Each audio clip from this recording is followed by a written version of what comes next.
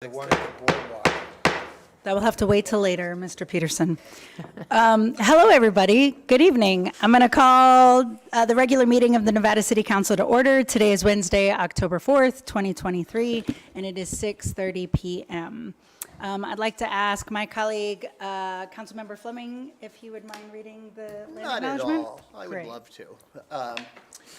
We acknowledge that the Nisenan people are here among us today, though nearly invisible.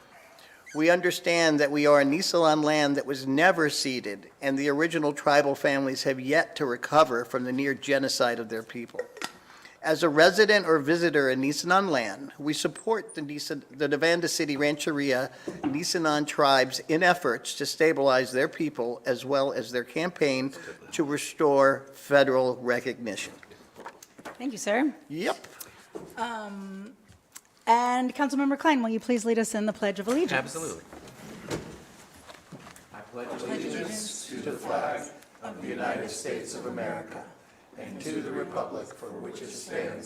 One nation, under God, indivisible, with liberty and justice for all. Thank you. Madam Deputy Clerk, can we have a roll call, please? And Councilmember Cece? Here. Councilmember Klein? Here. Councilmember Fleming? Here. Vice Mayor Peterson? Here. Mayor Fernandez? I am here. Happens every time. Can we Thank roll you, call the Gabby. Grass Valley council members that are in attendance? Yeah. If there are any Grass Valley Council members in the audience, please raise your hands. Here to see how a meeting should be run. All right, next, adoption of the agenda. Council is now is the time for any agenda modifications. Would anyone like to make any changes to the agenda, pull consent items, or do we have any recusals to announce? Okay, I'm looking for a motion and a second to adopt the agenda. I move that we adopt the agenda. Second. I have a motion by Vice Mayor Peterson and a second by Councilmember Cece. Those in favor, please say aye. Aye. Aye, okay, motion carries 5-0. All right, we have a few presentations this evening. As you can see, everybody has on their lovely breast cancer awareness ribbons, or a lot of people do, in our multiple shades of pink. I'd like to read our proclamation for Breast Cancer Awareness Month 2023. Gabby, also thank you for the ribbons. Whereas breast cancer is the second most commonly diagnosed form of cancer for women in the United States, expected to be detected in nearly 300,000 women in 2023, and whereas breast cancer remains the second leading cause of cancer death amongst American women, it is projected that it will claim more than 40,000 women in the United States in 2023. And whereas, although men are not as susceptible to developing this form of cancer as women, 2,360 men are expected to be diagnosed with breast cancer this year. While survival rates for men and women with breast cancer are similar at parallel stages, men report symptoms less frequently and are therefore at a greater risk of developing an advanced case of breast cancer before detection. And whereas death rates from breast cancer have been declining, and this change is to believe the result of earlier detection and improved treatment, and whereas researchers, scientists, numerous nonprofits, organizations, and breast cancer survivors are dedicated to discovering the cure for breast cancer, during the month of October, we acknowledge the extraordinary commitment and effort invested in this cause and support those women who are working towards a cure. Support those who are working towards a cure, men and women. Whereas we recognize the breast cancer survivors among us and honor their faith and courage, over 2.5 million American breast cancer survivors today give us hope of a better future for those affected by breast cancer. And whereas increased breast cancer screening increases early detection, reduces death, increases life expectancy, decreases late-stage cancer diagnoses, and increases 5-year survival rates. And whereas the City of Nevada City joins communities across the nation to increase the awareness about the importance for people to make an informed decision with their healthcare provider about early detection and testing for breast cancer. Now, therefore, be it resolved that the City Council of the City of Nevada City does hereby recognize October 2023 as Breast Cancer Awareness Month in our nation and our city. I'd just like to speak my abuela, my grandmother's name, into the microphone, Frances Fernandez, who we lost way too soon to breast cancer. And I want to thank our police department for honoring this on your shoulders. You all look really good in pink, so thank you. Next is Code Enforcement Appreciation Week. And unfortunately, our Code Enforcement Officer, Amanda Kaiser, could not be with us tonight. But in her place, Sergeant Sean Mason is here on her behalf. I would love to invite him to the podium where I could read this proclamation. Bring the dog. Gary asked, did you bring the dog? He's a little confused. That's Captain Ruby.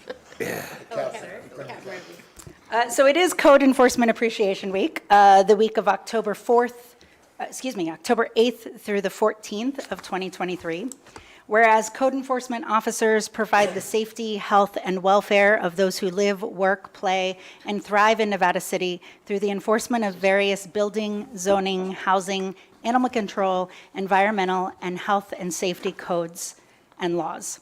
Whereas code enforcement officers have challenging and demanding roles and improve the quality of lives for residents and businesses of Nevada City.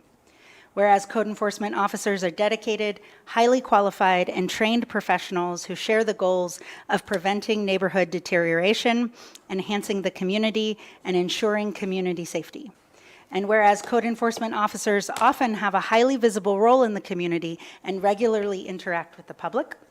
And whereas the City of Nevada City wishes to recognize and honor our code enforcement officer and acknowledge her role in leading the way to improve quality of life within our communities. Now, therefore, be it resolved that the City Council of the City of Nevada City does hereby recognize October 8th through the 14th, 2023 as Code Enforcement Officer Appreciation Week in Nevada City. Hey, Gary, Thank did you, sir. did the Please feel action free plan, to right? say some words if you would like, and also it's But okay if you don't. did it? Amanda would have really enjoyed to have been here. She'd have been very happy Yeah. and very appreciative of this. Unfortunately, family matters kept her from being here. The last several years she's been here, she's been a big part of helping with several different things, the vehicle abatement, the cannabis industry, and other various tasks that she's been given by different city council members over the years. I'm glad she's here. She is a very important part of the police department and the city of Nevada City. So I'll be happy to give this to her tomorrow. Wonderful. Thank you, sir. Sean, thank you. And next, we have a proclamation for National Fire Prevention Week. I would like to invite to the podium Battalion Chief Orion Clemens.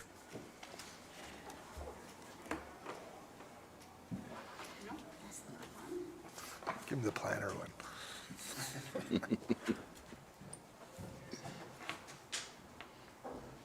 Hello, welcome. Thank you.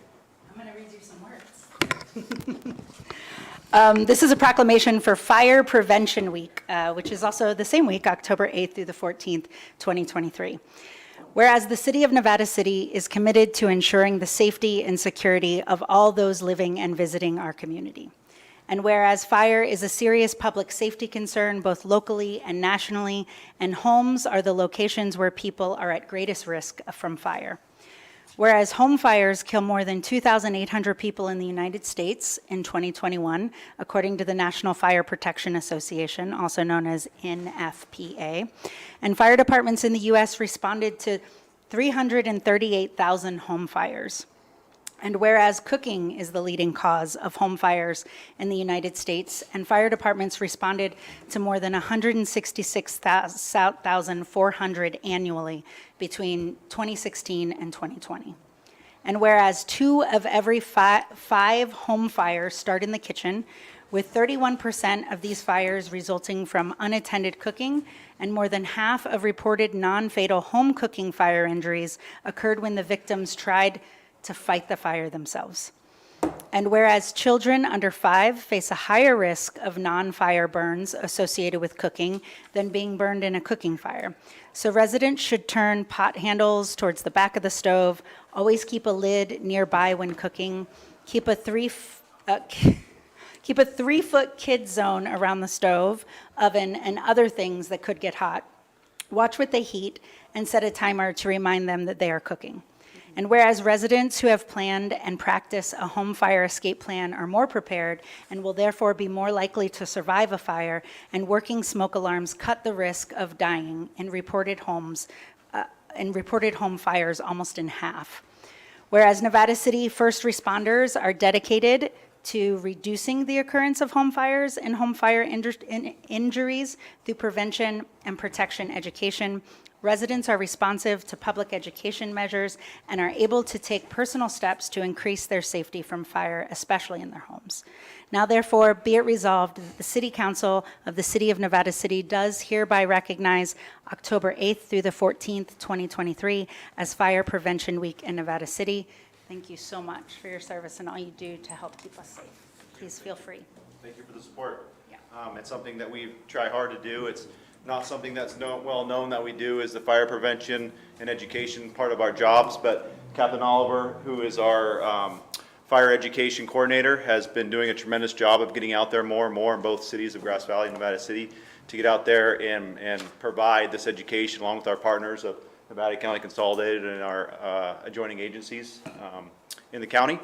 It's a group effort and a group fight that we do, and we appreciate the support. It makes our job easier to do so. So thank you very much. Thank you, Chief. And we have one more proclamation for National Community Planning Month. So I would like to invite our city planner to the podium now. Lisa, yay. Lisa McCandless.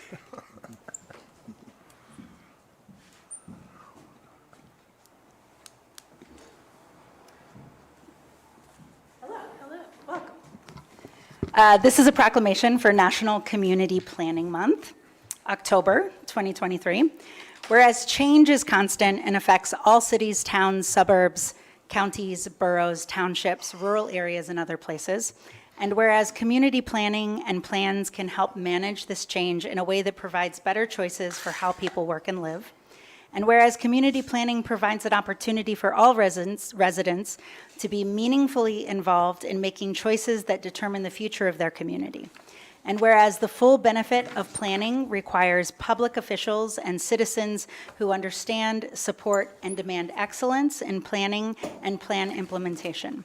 And whereas the month of October is designated as National Community Planning Month throughout the United States of America and its territories. And whereas American Planning Association endorses National Community Planning Month as an opportunity to highlight how planning is essential to recovery and how planners can lead communities to equitable, resilient, and long-lasting recovery. And whereas the celebration of National Community Planning Month gives us the opportunity to publicly recognize the participation and dedication of the members of the Planning Commission and our city planner who have contributed their time and their expertise to the improvement of Nevada City. And now, therefore, be it resolved that the City Council of the City of Nevada City does hereby recognize October 2023 as Community Planning Month in Nevada City. Thank you so much for your work as our planner. Would you like to say anything? She looks at John. She looks at John. Do I have to? Cheers to orderly development. Thank you for having me here. I've been having a great time since I started in May. I'm happy to represent our city and review all of the interesting projects that are coming through. I'm also really happy to see all of the work that's done here for wildfire prevention planning. And we have some great people involved in the city, so keep up the good work. Awesome. Thank you so much, Lisa. Orderly development. Cheers. And Madam Mayor, I really would like to echo what Lisa said and what you said in the proclamation, but it's been wonderful to have her here. She didn't come with any government experience, but she's jumped in, done an amazing job, and I'm a big believer in lifelong learning, and every day I learn something from her, sometimes begrudgingly. You can probably see it on my face, when I'm not sure, but then I internalize it. So it's been wonderful to have someone here in planning that is, both a steward for the city, but also for our planning commission, who are also the unsung heroes of this proclamation, all the work that they do to support the community and support the council for Community Planning Month. Great. Thank you so much. Hear to that. Would council like to take a moment just to say the name of each of our planning commissioners, just to kind of name them while we're here? Peter Van Zandt. Thomas Nye. Amy Cobden, Rod Brown. Wendy Ermshar. thank you so much. Planning Commission, Lisa. thank you, Lisa. Bob's here, and if we're praising Lisa too much, they will steal her, so. We'll see about that. We'll see about that. So October is an exciting month, commemorating a lot of things. Thank you all for being here and allowing us to honor you. We're going to move on to public comment. Government Code Section 54954.3 provides that any member of the public may address the City Council on any matter not on the agenda that is within the subject matter jurisdiction of the city. The Brown Act, with limited exceptions, does not allow the council or city staff to discuss issues brought forth under public comment. The council cannot take action on non-agenda items. Concerns may be referred to staff or placed on a future agenda. Please note that comments from the public will also be taken on the consent calendar and each agenda item at the time it is heard. Is there any public comment in the room on an item not on the agenda?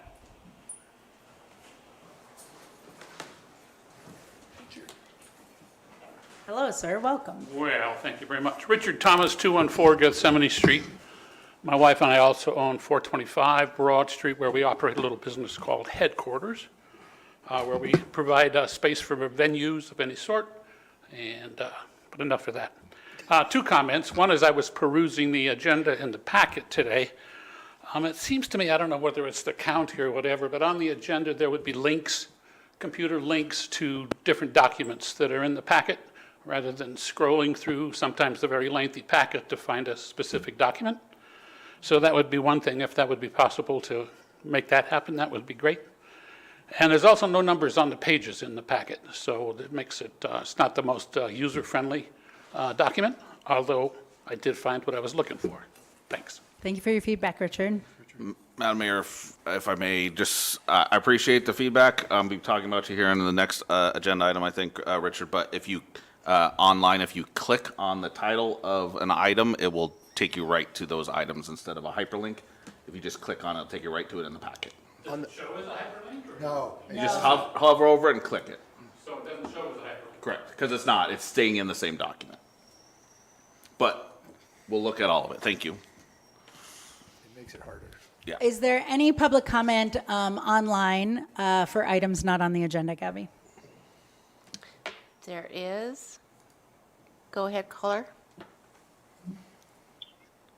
Hey, Council, this is Matthew Coulter calling. And before the last gentleman spoke, I was going to ask for some meeting improvements also, which is on the Zoom, I can see you guys, but I can't see the speaker or the audience. And then I watch on YouTube and the camera goes the other direction when the speaker is speaking, so you at least get to see the speaker's face and what they're saying and the audience. And the audio on the Zoom is horrible. And that's why I listen to it on YouTube, because you can hear it clearly on YouTube, where on Zoom, it's very muffled. And even at high volume, it's hard to listen to. So those are comments about structure. And I know you guys are doing great strides with fire abatement. Walking across the Pine Street Bridge today, I noticed the property right under the bridge on the Nevada City side or the downtown side has a lot of brush piles that have been there for years, and they are right beneath the ladder. I mean, it's just perfect ladder fuel to go right up into the large trees that they're sitting under. So hopefully something can be done about that. Thank you. Thank you, Matthew. Any other public comment? There is not, Madam Mayor. Okay, moving along to the consent agenda. All items listed under the consent agenda are considered to be routine in nature and will be approved by one motion. There will be no separate discussion of these items. Are we pulling item number 5? Okay. Before we take action on the consent calendar, we will hear any public comment on consent calendar items. Consent calendar items only, including any requests to pull consent items. Do we have any public comment on a consent item, either in the room or online? All right, now I'm looking for a motion and a second to approve this consent calendar. I move we approve the consent calendar. I'll second that. Great, we have a motion by Councilmember Cece and a second by Councilmember Fleming. Again, I know we're identical, but I am Councilmember Klein. Klein, it's those Cs getting me caught up. And a second by Councilmember Fleming. Any objections to the motion? Okay, I'm not hearing any, so the motion carries. Mr. City Manager, do you have something you'd like to, your mouth was open. No. You wanted to vote? Can we get a vote on that, just because we have a couple of items on there that probably should be voted on? Sure. Can we get a roll call, please? Councilmember Cece? Yes. Councilmember Klein? Yes. Councilmember Fleming? Yes. Vice Mayor Peterson? Yes. Mayor Fernandez? Yes. Motion carries 5-0. Thank you, everyone. What Dean said. All right. We are moving on to business. Item number 7 on the agenda. Consideration of a commercial lease agreement for 420 Broad Street, Historic Firehouse Number 2, Nevada City, to Nevada County Professional Firefighters, IAFF, Local 3800, and authorize the city manager to execute the lease. Take it away, Mr. Sean Grayson. Thank you. As I'm sure you're aware, the city has owned the historic Firehouse Number 2 at 420 Broad Street. Disputes over what the address is. It was never assigned an address because it was a city-owned property. But nonetheless, people like to call it 420. It's what it shows on the county map. But we weren't the original owners of it. It was built by a private fire protection organization as our second firehouse. Eventually, the city bought it. It has been leased for a variety of activities over the years, and it's previously was used by the fire department, obviously. The location hasn't been in use in recent years in any really meaningful way since COVID, especially. The Nevada County Firefighters IFF Local 3800 expressed an interest in using the upstairs of the facility for a meeting hall. And probably due to the helpful prodding of Richard Thomas in the back of the room to support the city's historic and educational activities at the location, and that would be through non-exclusive use of the downstairs of the facility. So the attached commercial lease agreement that you have in front of you would provide a 1-year lease to the property, uses the same standards that we use for all of our other commercial leases. Since this building isn't a lease renewal, it's coming to you. The lease renewals, I execute, examples, Remedy Gardens, our bookstore, our Chamber of Commerce, other buildings that we own that are just going through the regular renewal process. But since this has not been used for this purpose, we're bringing it to you. The lease is for the exclusive use of the upstairs, non-exclusive use of the downstairs, or we call the apparatus bay or the garage. Given the unique aspects of the building, we're including some really non-traditional elements in this lease agreement, and it's really to ensure that the city is getting the market value of the facility through a means other than the recovery of the lease rate. So in this case, the lease rate is $1 a month, provided for 12 months in advance, and then the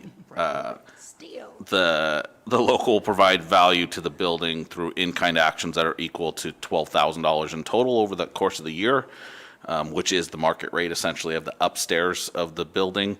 It's about the same square footage as Harmony Books is, so it's about the same rent value, except for this one happens to have parking spots in the back and Harmony Books doesn't. So the in-kind work will be coordinated with the city, of course, and we'll report the completed work to the council. The work under the agreement includes that they will provide in-kind work to clean, update, rehabilitate, and maintain the facilities. We'll work through what that is, but examples are, if you look at the carriage doors, the front doors of the building, they have some alignment issues. Upstairs, there's just some general cleaning and updating that could be done, especially in relation to the balcony and the access to the bell. They'll also develop and implement a volunteer history docent program that will allow the historic fire apparatus bay to be open on specified days like special events, Victorian Christmas, things like that community members have seen in the past. And share relevant local and regional fire history, things like, what is the gear that the gentlemen are here tonight, what does it look like now, what did it look like in, 1880? Pretty different, although the shape of the helmet is the same.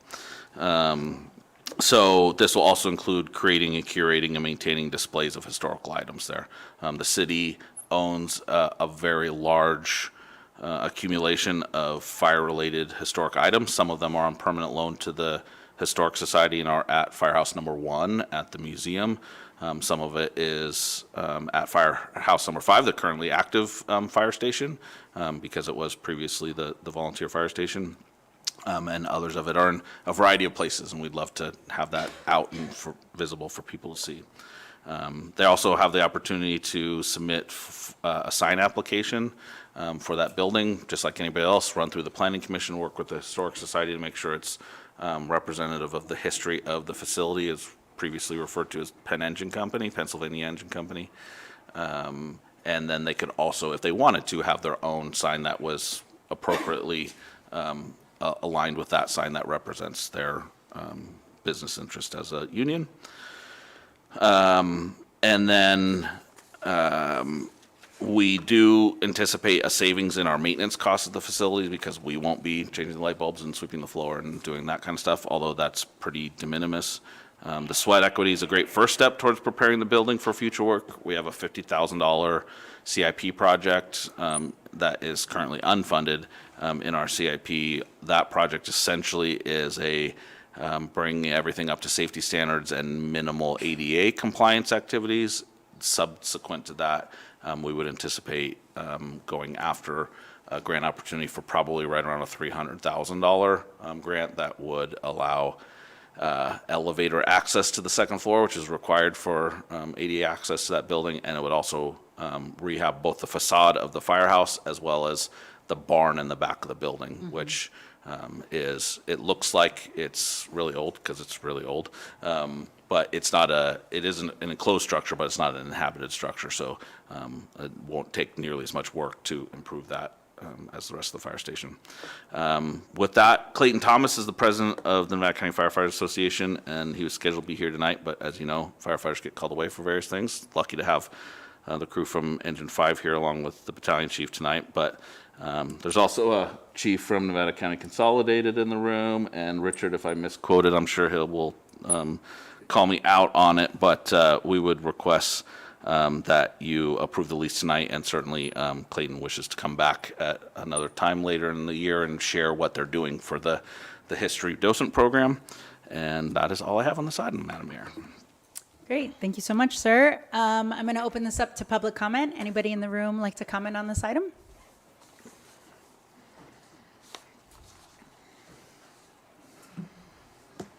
Hello, welcome. I would like to make as an add-on to this idea. I mean, the whole place is a historic district. We all know that. However, there's a lot of elderly people who have retired here. It's a high fire area. And so I love it when historic places are actually used for their original purpose. The idea of, merely just having meetings, I mean, it seems a little wasteful. It's a great thing, but it seems a little wasteful. Why not the idea of having maybe one firefighter located there to where, for instance, they could be first on the scene to provide service as like a paramedic, for instance, or if a fire breaks out, they're not going to be able to fight the fire themselves, but they could go and say, hey, it's right here, this is what's going on, and give detailed instructions to other firefighters before they arrive on the scene.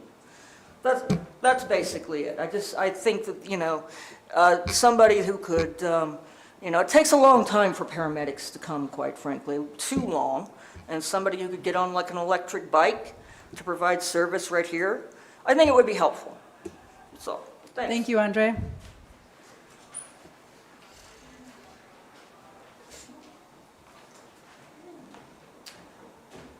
Good evening. I'm not a resident of Nevada City, but I've been a longtime service provider in Nevada City, and Nevada City Fire has a storied history. I think that it's exciting to see that this building is being purposed for a local 3800 meeting facility. I know that those members are thoroughly excited about occupying it, taking care of it, opening the bottom to have that access to the community to share our story, our our story of the firefighting that has taken place in Nevada City and around the county for years. I can't say enough that in support of this measure, and I think this is a great step for the city. I think it's a great collaboration between the city and the local 3800, and I can't say nothing about my support for it, and that's all I have to say. I'm not a great public speaker, but I had to say that this is a great piece. Thank you, Sean, for moving forward with it and for the city council to consider it tonight. So. Wonderful. And will you share your name and your role with Oh, I'm us as sorry. well? My name is Pat Sullivan. As a citizen, I live up on Highway 20, and I work as the operations chief for Nevada County Consolidated. Wonderful. Thank you so much, sir.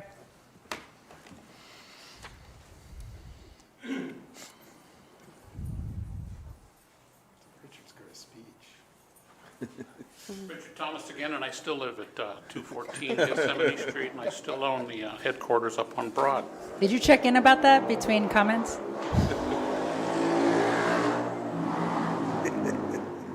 Which is another whole issue that I'd like to address the council at some point about making traffic on Broad Street either non-existent or at least downhill and having a noise ordinance.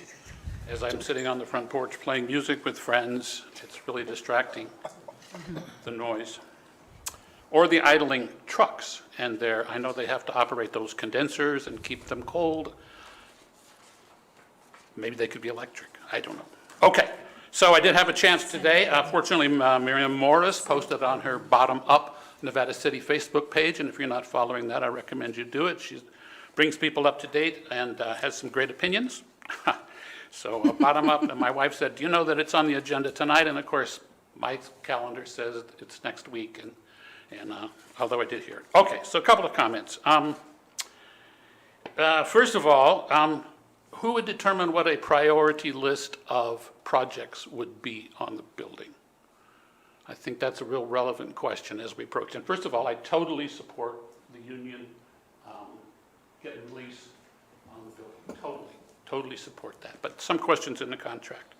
So that's one that I thought was really important. And without hearing an answer, I might suggest that I hate to call it an oversight committee. One well-known local folk musician used to make little buttons that said, "I smell a committee." So I kind of took that to heart. But maybe an oversight group. It might include people like, of course, Mr. Falcone with a long history with the building. Perhaps Vern Taylor, who served for 20 years as the maintenance supervisor for Nevada County and has done work on that building before, has great knowledge. I don't know, Kathy Wilcox Barnes, maybe somebody that has intimate knowledge with the building that could provide valuable guidance, suggestions as we work on that priority list. And that's all the way down there. So I'm curious about exclusive use of the upstairs for a year. The union apparently has been meeting somewhere for years, and I'm not sure what the commitment might be for them to actually use that building. Is it convenient? Parking available at the time when they would have those meetings, that sort of thing. So rather than a year on that exclusive use, I would suggest perhaps 6 months.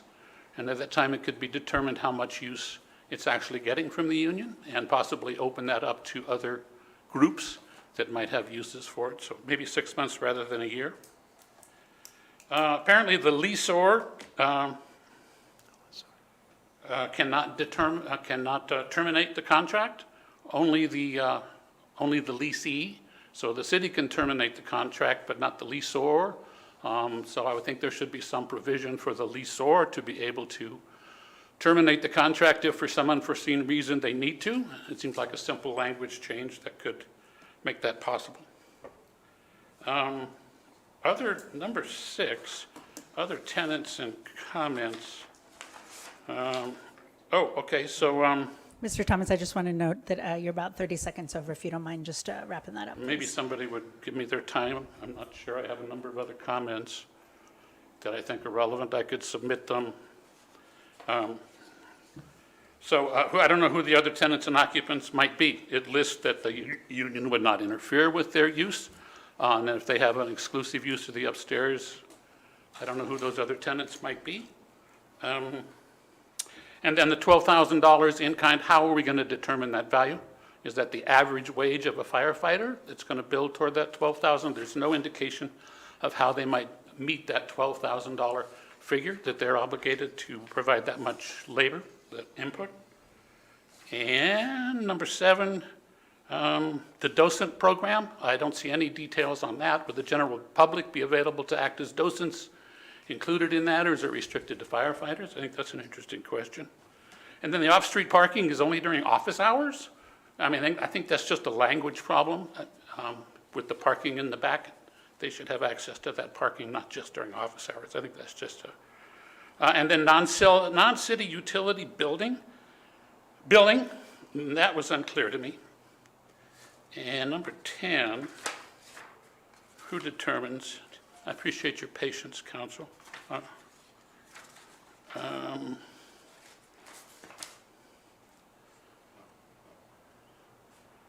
Shall not make alterations or improvements to the leased premises without prior written consent of the leaseor.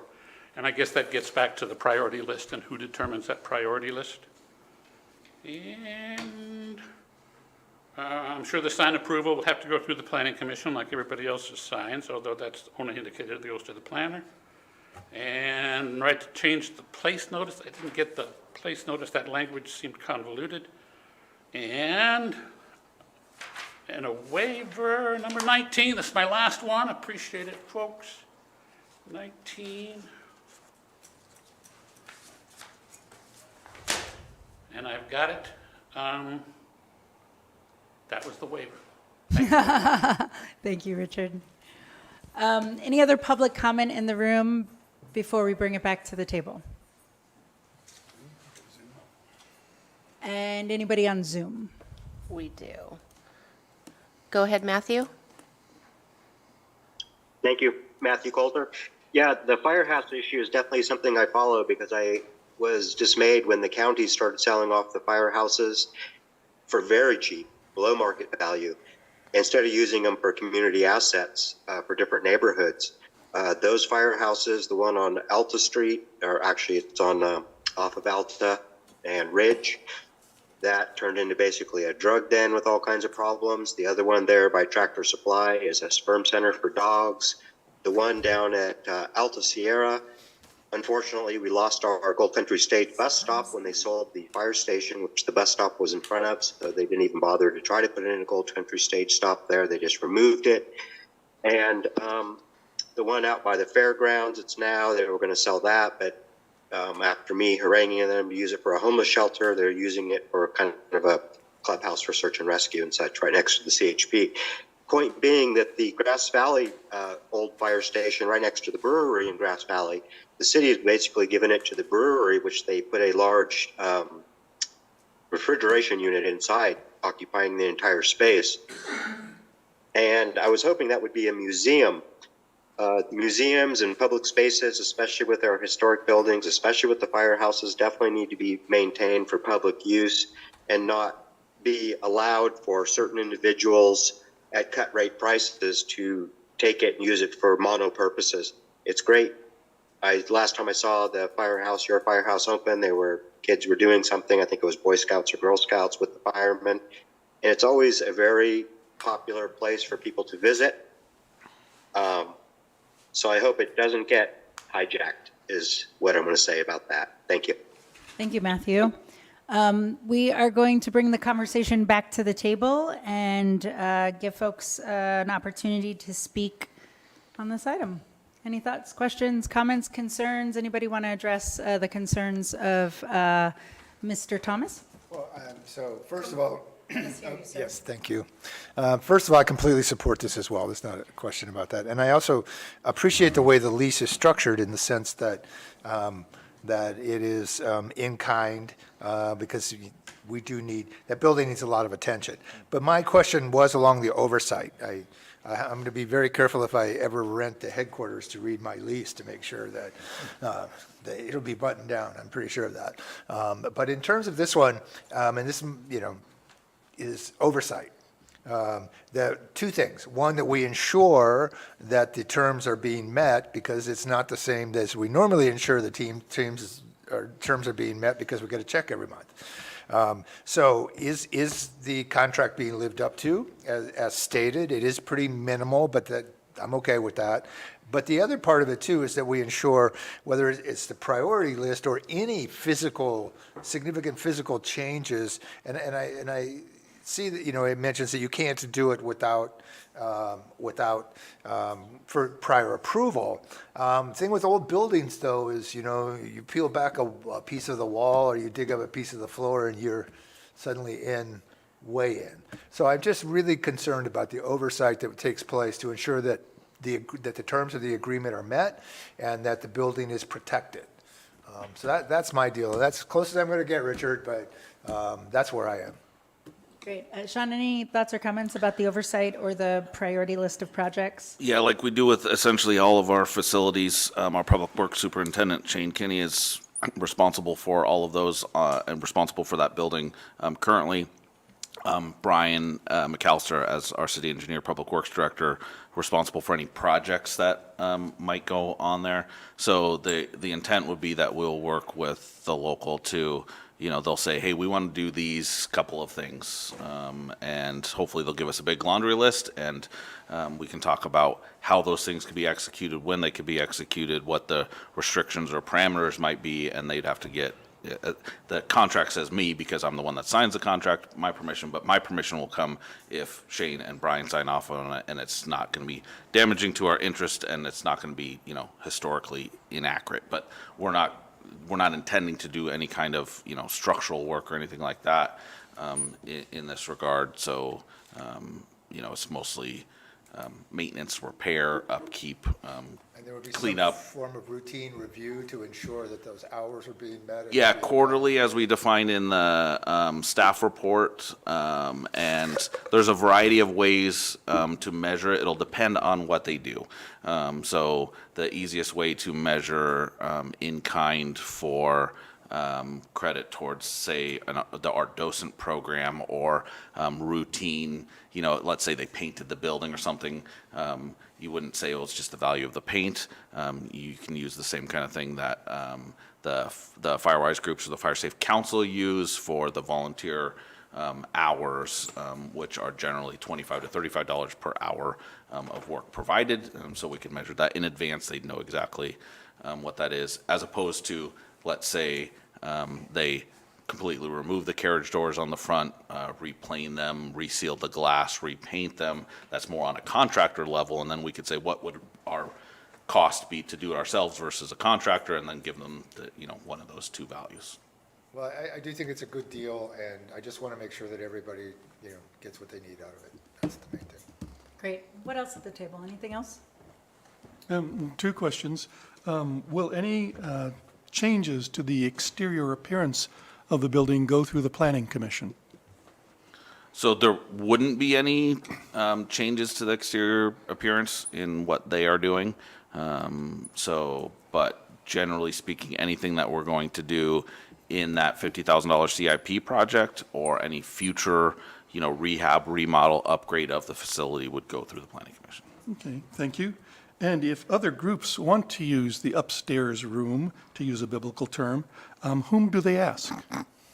They wouldn't be able to. It'd be upstairs is the exclusive use under this lease agreement. So no other group could use the upstairs room for a year? Correct. Thank you. What else? If the terms of the agreement are followed, I think this building's going to get some TLC. It's needed for a long time, and I'm looking forward to seeing that. It's a beautiful spot. There is also a wonderful portable grill apparatus in the back of the building that looks like it's been there since the building, It's been recently redone by the police department. Oh, really? All the way down to the frame, took it off, repainted it, placed it back in service so that police department can use it, fire department can use it, we'll use it for community events, and That's it'll awesome. be available likely we will come back to you with some kind of lease agreement for the various unions to participate in that as well. Yeah, and just talking about a few of the issues that Mr. Thomas raised, like the parking, that's something we can really just knock out here, right? So it says in one place, 2 off-street parking spaces in the rear of the building, accessible only during business hours for the duration of the lease. Now, I can understand why you have that, because you don't want people parking there when they're not using the building. But is there any other reason that, as a lessor of the building, that they couldn't park, longer, It's mostly that they shouldn't be using the buildings after hours. It's not a bar, it's not a, other use, it's a business office, and that is city property for, that kind of use, so. Makes Those are sense. the usual hours that firemen have. Will there be a poll, is what I want to know. If there's a poll, I'll agree to anything, as long as we get to use it. And I'm blanking on the fourth, the 19th thing that Richard brought up, but some of it was just cleaning up the contract, basically. And one of it was the docent program. Oh, yeah. So the local will be responsible for the docent program. I cannot imagine that it would work without engaging community volunteers like Richard to, participate in that. But in leasing it to them and having that condition, we're, giving it to them to come back to us with something to propose the program. And this arrangement, this lease, satisfies our obligation to utilize all of our properties, and if we're using them at below market rates, to have some justification. And in my mind, the in-kind service that we'll get and work that we'll get certainly fits that. Is that accurate? Yeah, essentially, anytime you're going to use taxpayers' assets for, a non-taxpayer, in this case, a private entity to do work, we should be establishing the fair market value of that and charging the fair market value of that. The manner in which you charge the fair market value comes in a variety of mechanisms. The easiest one is they just pay cash. But in many instances, it is something like this, where it's in kind or other opportunities. On longer contracts, often it comes by raising it over time to get to the fair market value. But this is a 1 year, so it's just based on that. Thank you. Great. Any last comments, questions, concerns? Everybody addressed the things on my list, so I'm looking for a motion to approve the lease agreement for 420 Broad Street Historic Firehouse Number 2. I move that we approve the lease for Historic Firehouse 122 on 420 Broad Street. I second. Great, we have a motion and a second. Can I get a roll call, Gabby, please? Councilmember Cece? Yes. Councilmember Klein? Yes. Councilmember Fleming? Yes. Vice Mayor Peterson? Yes. And Mayor Fernandez? Yes. Motion carries 5-0. Great. Thank you so much, everybody. Thank you for all the rich public comment. We're going to move on to item number 8, discussion on a potential tax to fund the needs identified in a comprehensive citywide wildfire risk reduction action plan. Take it away, Mr. City Manager. All right, we're gonna put up a PowerPoint. There's a reason for it.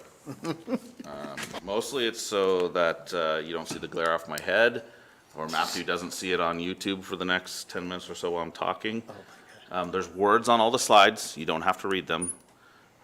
But pay close attention to the pictures. Hit me up on social media. I'm at Nevada City Manager, by the way, if you find Where's Waldo in any of the pictures. That social media is true, but you don't have to do that. I'm sure somebody will call it out.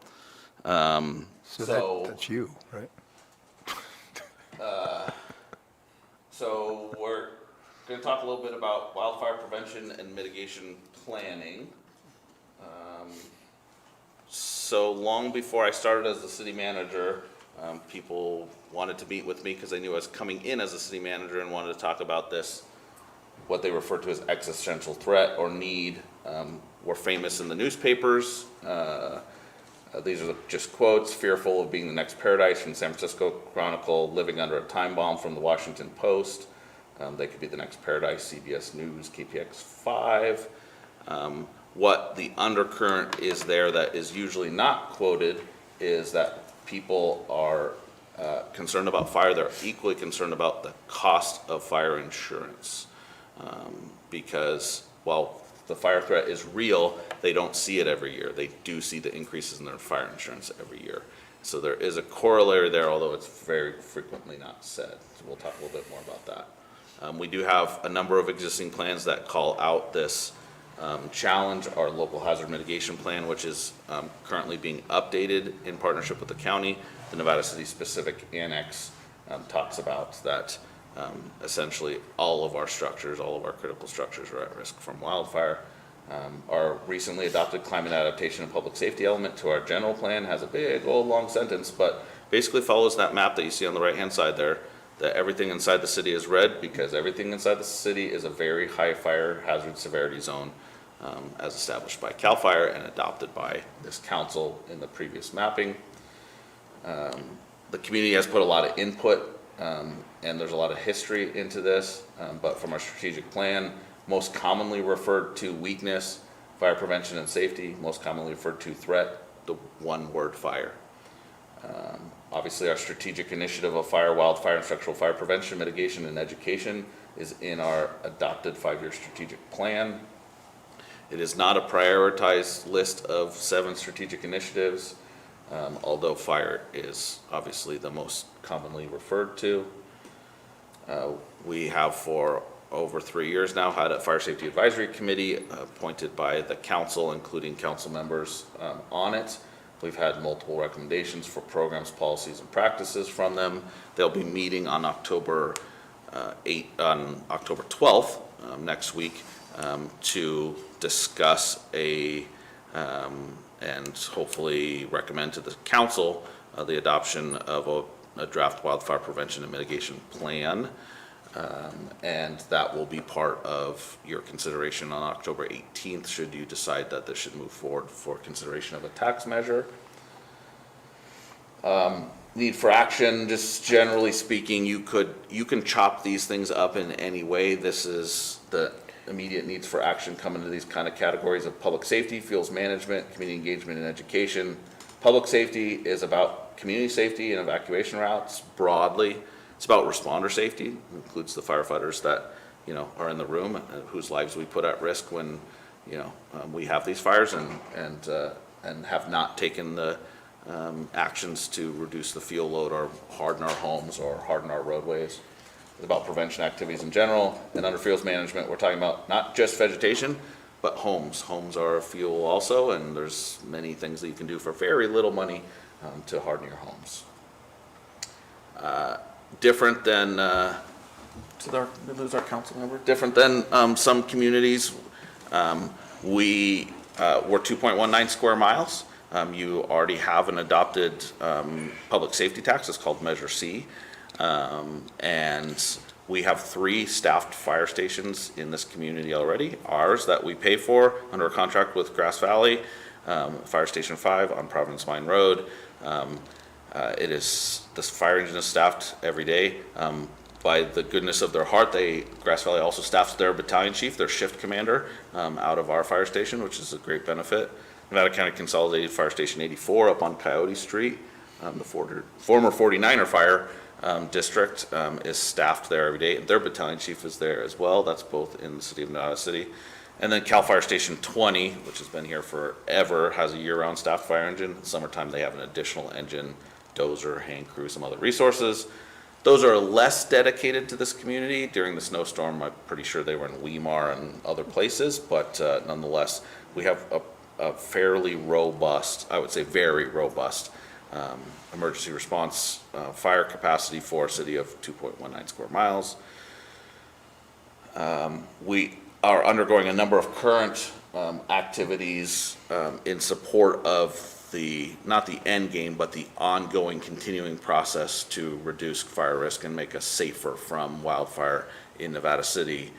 The first is community fire risk reduction and outreach officer position, which the council approved in this year's budget. This person will essentially be in charge of all things related to this program, effectively separating our emergency response, which we contract with Grass Valley for. We appreciate what they do for us, and everything else risk reduction, which is, highly city specific. The demands, the requests, the needs of this community and this council in that regard are going to be different than Grass Valley's, and so this allows us to have the best of both worlds. We still get the shared benefit of the emergency response capabilities, but allows us to split off that specific community risk reduction function.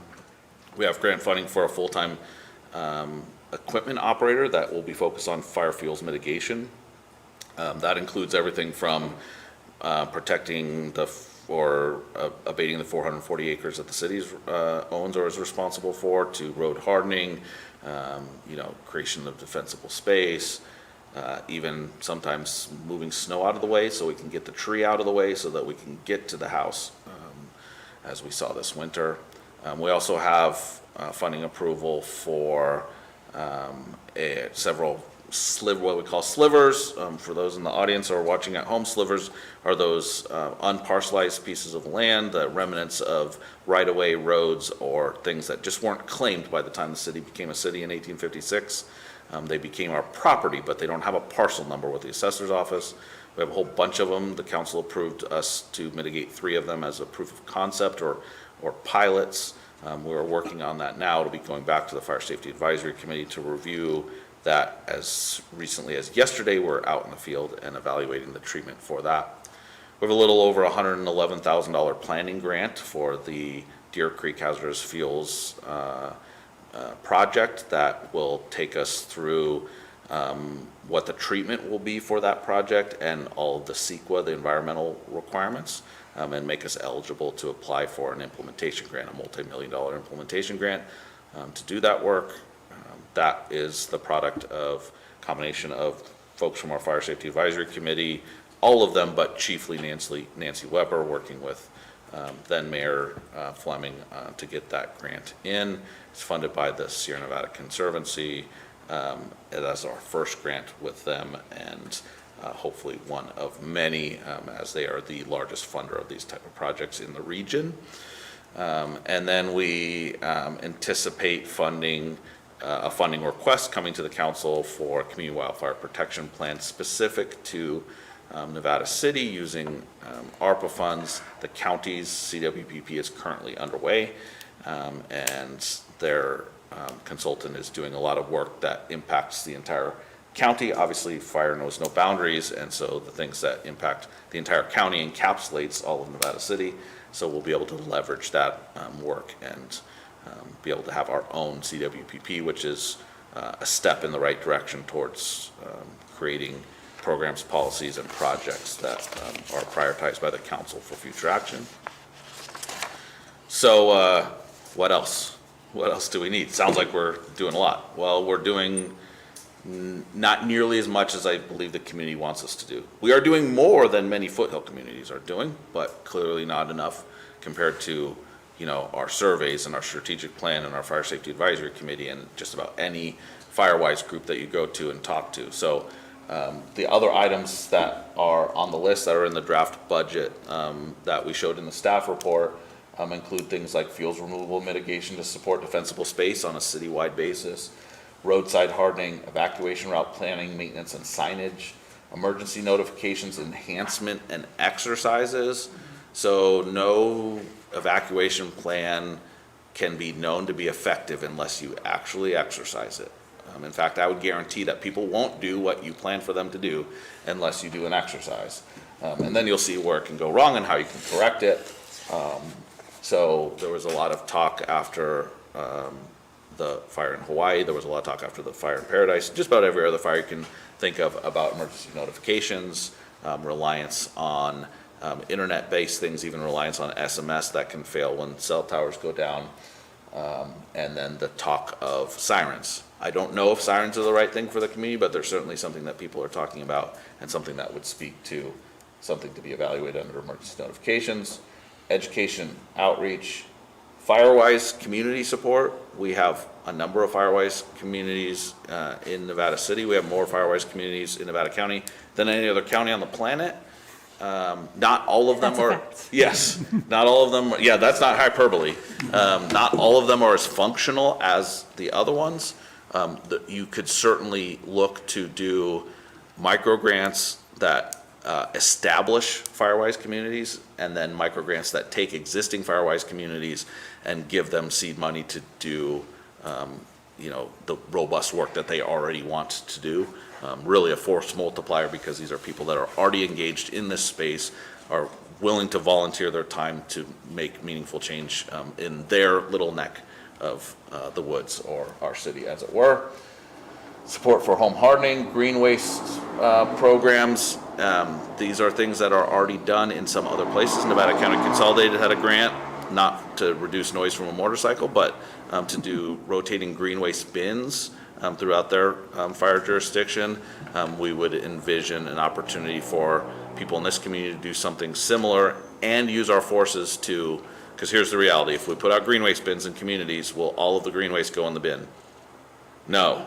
So we just have to accept that that will happen and use our forces to clean up afterwards, get it in the bin and get it out of there, which is the goal in the first place, is to get it off of people's properties, and do that on a rotational basis, but also consider that even though fire has a season, and it seems to be a longer and longer season every year, our fuels don't have a season. So we really have opportunity for it to come down from the snow, from the rain, from flooding, from fires, from people driving into it.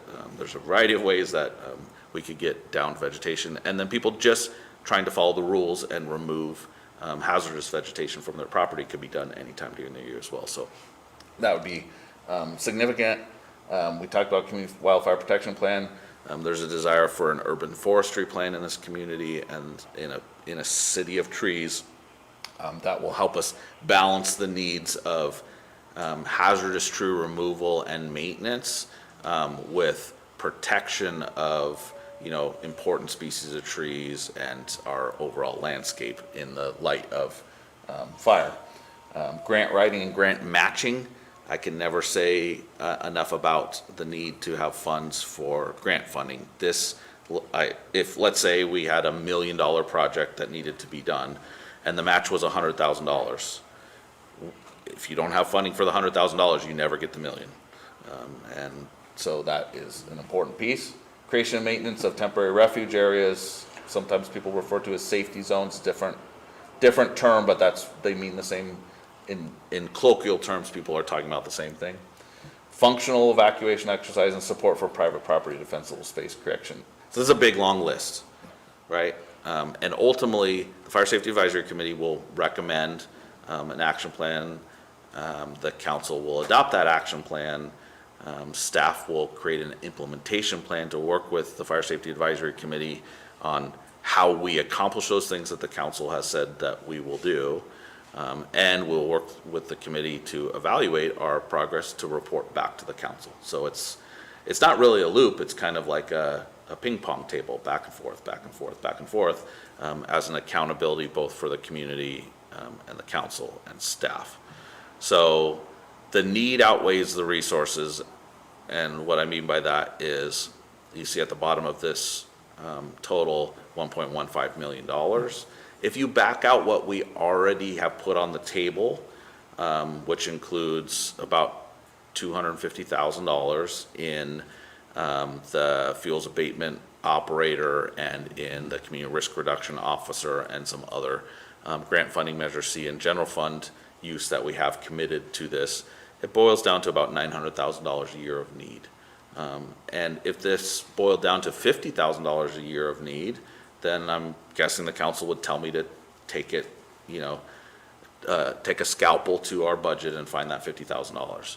$900,000 means no police department or no fire department or city hall is closed because there's no planning, engineering, or public works, which also means you don't get any water at your house or sewer going away from your house. If that's the council's desire, then I'll be looking for another job next week, but, I will take your lead on that, but the number is large.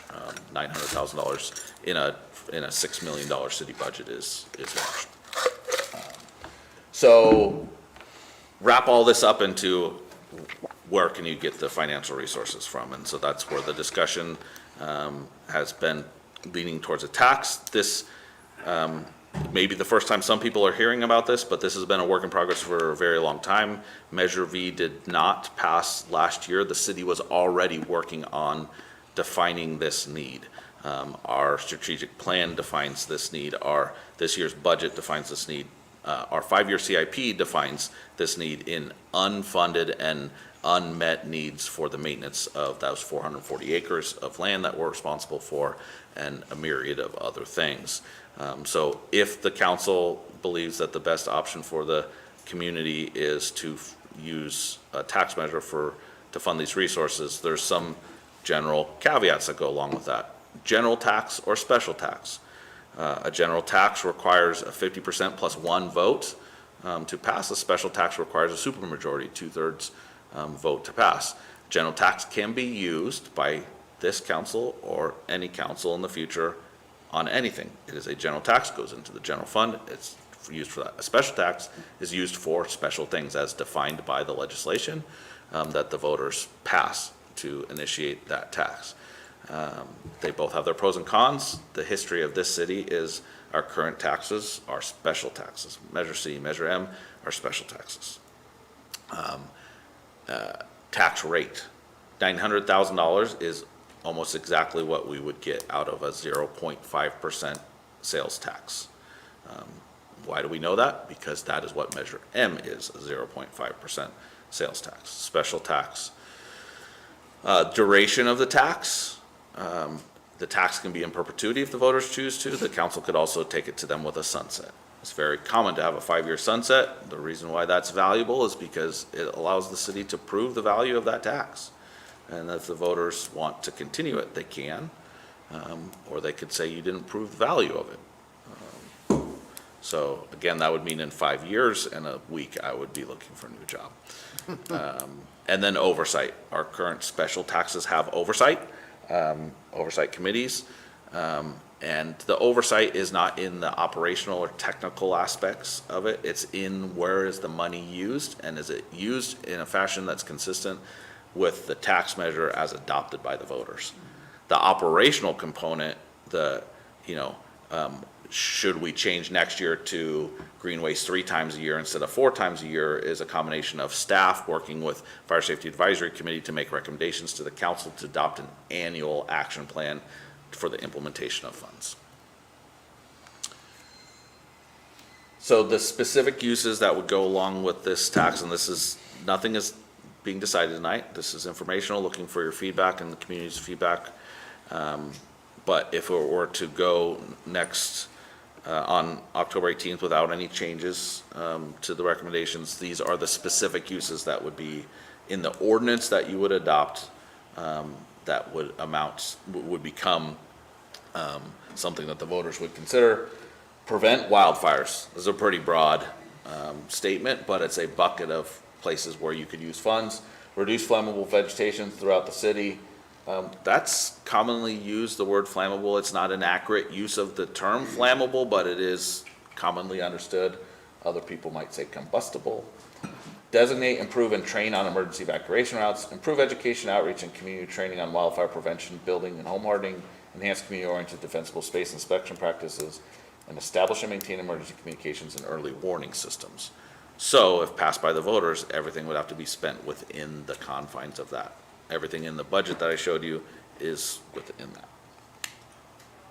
So feedback, next steps, obviously stakeholder input tonight from the community, questions, suggestions, and there may be more after the meeting that people might send in, in writing, or come to any of you, or come to staff. Obviously your input is important. The Vice Mayor Peterson and Councilmember Ceci have been living this on the Fire Safety Advisory Committee, and Councilmember Klein before that, and our 5 council-appointed committee members, as well as several participating members, and then those that served before those members have been living through this for a good part of 3 years now, so definitely would love input both from the committee and from the full council. Ultimately, the timeline is that the Fire Safety Advisory Committee will recommend their action plan on the 12th. We'll be back to the council on October 18th to consider if you direct us to tonight, with an ordinance that would allow implementation of this and place the measure on the ballot for March 4th of 2023. Other jurisdictions have other limitations. As you know, Grass Valley is looking at a tax themselves. Grass Valley does not elect their council members starting for July. Normally our election's June, but now because California moved to Super Tuesday, we elect in March. We have council members on the March 4th ballot. Therefore, that's a regular election for us, and we can put our measure to that ballot. That's not the same case for necessarily other jurisdictions. If the council were so inclined to not do March, but to go to the November ballot instead, we would not be allowed to do that absent some other things that are required under the law relative to declarations of financial emergency and things like that. So March 4th is the ballot for us, should the tax be the most appropriate next step. So it's a lot of talking for me. Did anybody find the Where's Waldo? That was you in the first picture, right? No, it was in front of the the rig, right? It was in front of the, it was in front of the, Right back there. it was in front of Chief Goodspeed's vehicle. Shirt and everything. I was lost in all the words. Somebody found it on social media, though. But nice catch, Dean. Of course you caught that. Sean, thank you so much for that thorough presentation. I do want to bring it to public comment, and then we'll come back to the table to specifically to our Fire Safe Advisory Committee members. Any public comment in the room on this item, please? Many years ago, when I first started coming to these council meetings, I made a recommendation, and I don't think I ever brought it to the council chambers, but to various council members. And the idea was to increase tourism by increasing the tunnels, broadening out basically to the width of Broad Street, to make it kind of like the Atlanta Underground, because it links all of the bars and many of the cafes and restaurants. However, I'm also wondering, we have no place for people to gather in a disaster. It used to be right here. The basement was a fallout shelter. And I'm wondering if grant funds could be used to do something like this that could also be used for tourism or doing historical tours. But basically, I mean, it would be a place, if you're in a bar and the town catches fire, or you're in a cafe, and they can open up, you know, the floor trap, and you go into a place that's safe. These tunnels run all the way from Commercial Street all the way to Pioneer Park, you know, before Pioneer Park by the Stonehouse, which is a pretty fire-safe place. You know, there's not much right there. And there, you know, so long as you have air, you're not going to catch fire underground, but for all the other disaster situations, it would be really good to have. Another thing is considering the fact of many elderly and disabled people. I think it would be a very good idea. You know, a lot of people don't drive here, to have buses. I mean, maybe at the city yard, on Gold Flat, off Gold Flat, that's a pretty big yard. They could have some buses stored there so people, they could get that evacuation going quick. One of the biggest things with Hurricane Katrina, I remember, is they didn't have that. The buses were underwater and they had to bus buses in to get people out. So that's all I have to add. Thank you, Andre. Any other public comment in the room on this item?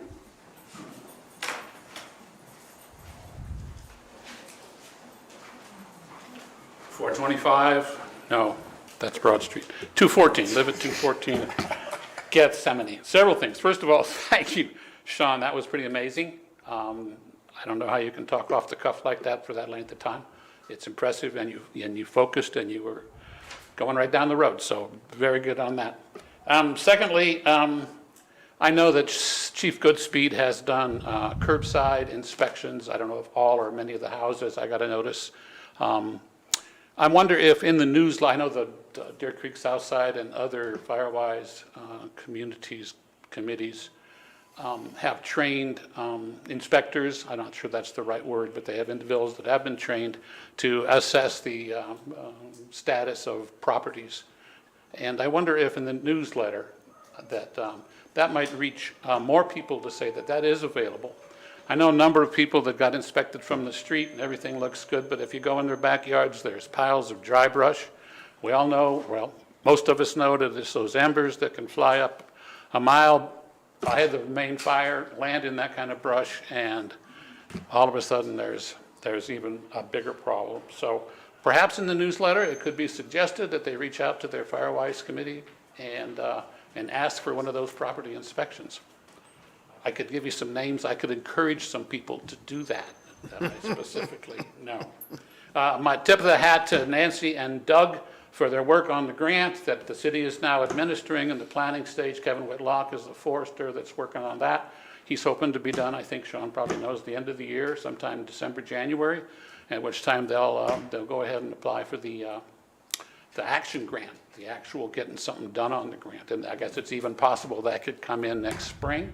That would be optimistic, and maybe some work could actually get started before next summer.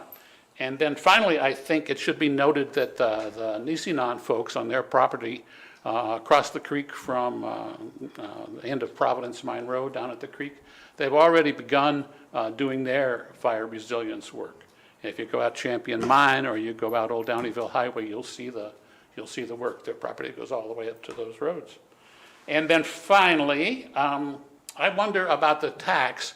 As hard as it is to get a special tax through with that 2/3 requirement, perhaps we couldn't achieve everything on the list, but if it was a 1/4% tax rather than 0.5%, and it was a special tax, those two might make it more amenable. There is such skepticism about government at all levels from the public that a tax going into the general fund is going to get the typical reaction of, you guys are going to spend that on coffee.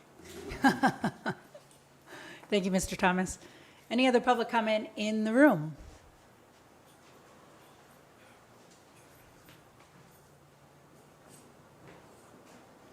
Oh, there it is.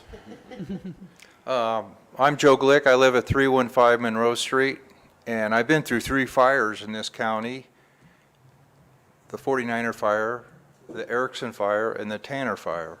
And it's no fun, and I'm all for some kind of a sales tax oriented fire prevention program like what Sean, I guess that's his name, Sean presented. We have a very active neighborhood over there in the Lost Hill area and the Champion Mine area, and they've been working for a number of years over when we had the problem with the pine bark beetle. And it's interesting because you can go in and clean up that and it will grow back in 2 or 3 years. Mm-hmm. So you have to have we have to have some kind of a program to maintain that fire defensive space.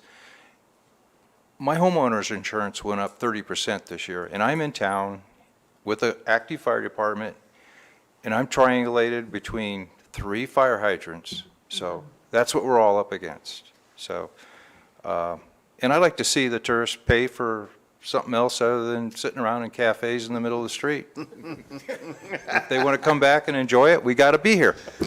All right? That's great. Thank you very much. Thank you so much, Joe. Hey, one other thing.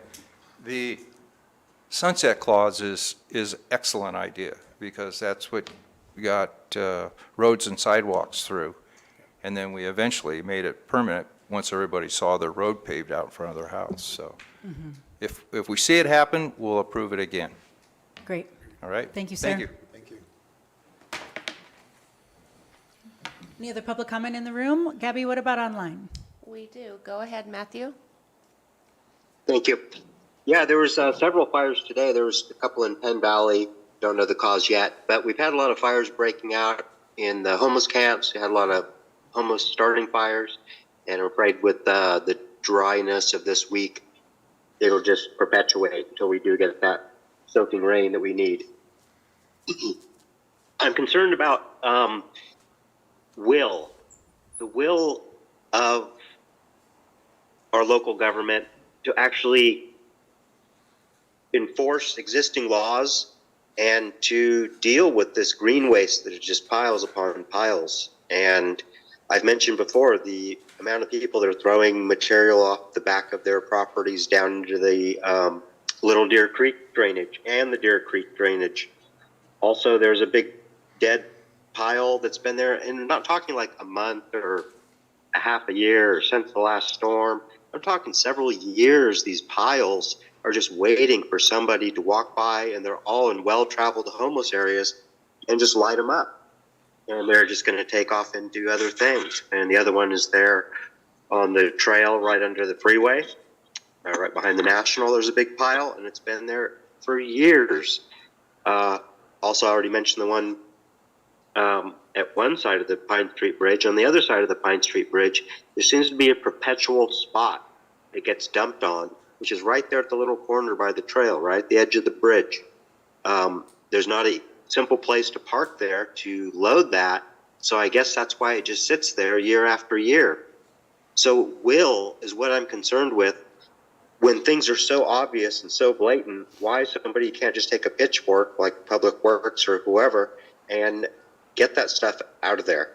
And I think a lot of it has to do with the fact that we don't have a permanent greenway situation. And so people have just kind of let it go because they can't really nip away at it because there's really no place to put it.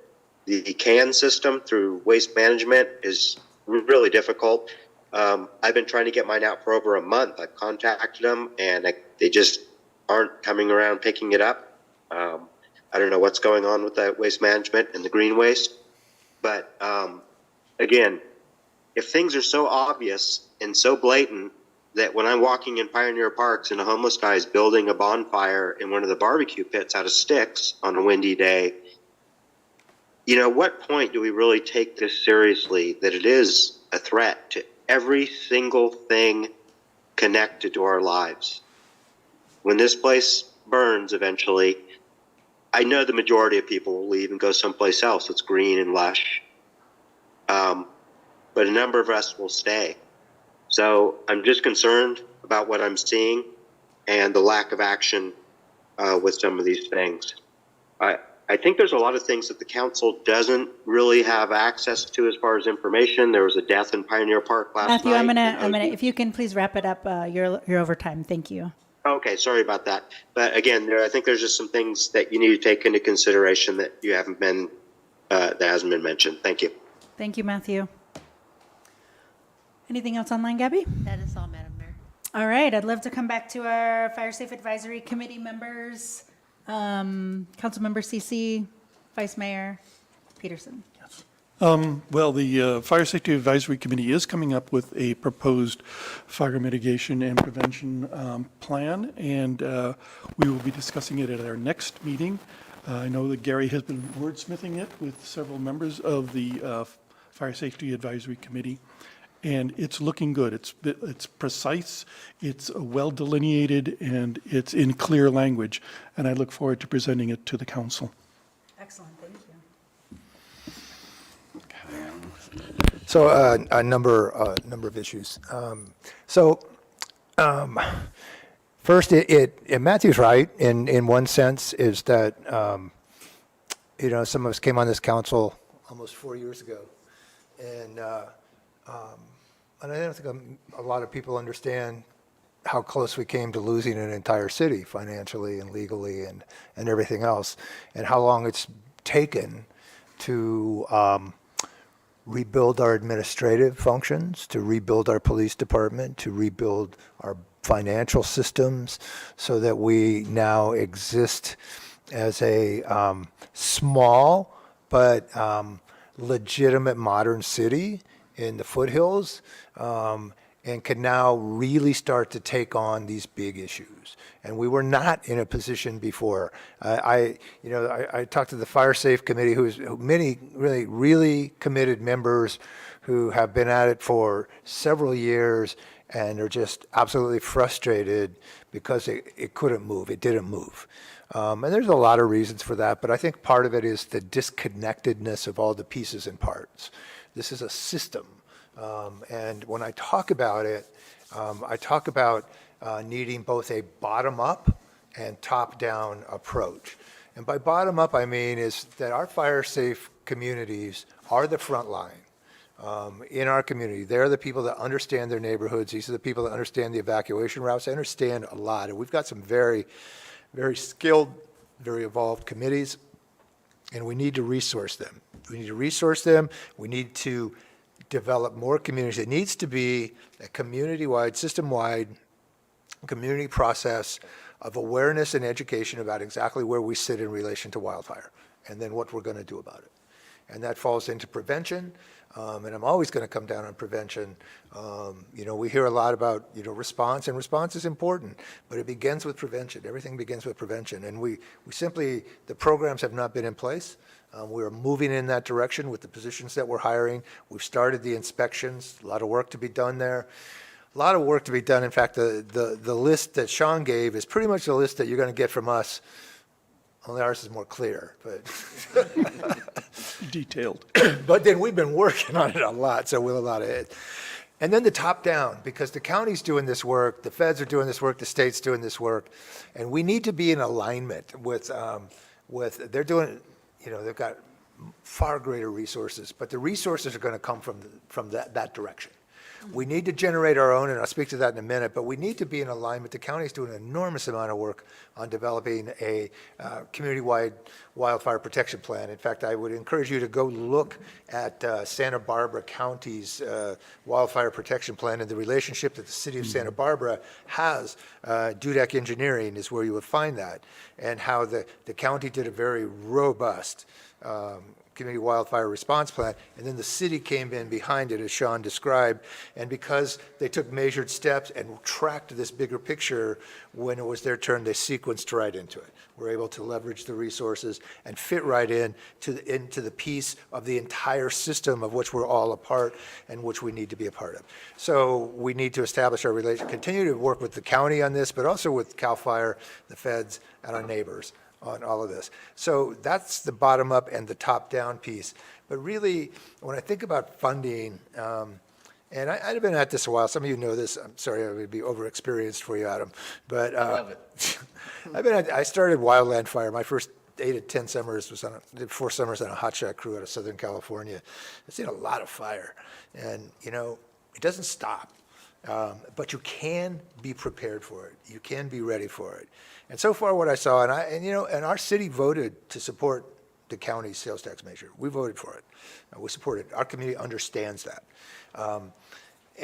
But again, that would be us giving our money to somebody else so they could tell us what to do with it. Right. And give us a portion of it back. And even if they gave it all back to us, it would come with so many strings of what we'd have to do, and then they would probably charge us for administering our own money back to us. So, and I'm sure they would do much better than that. But we need to stand up.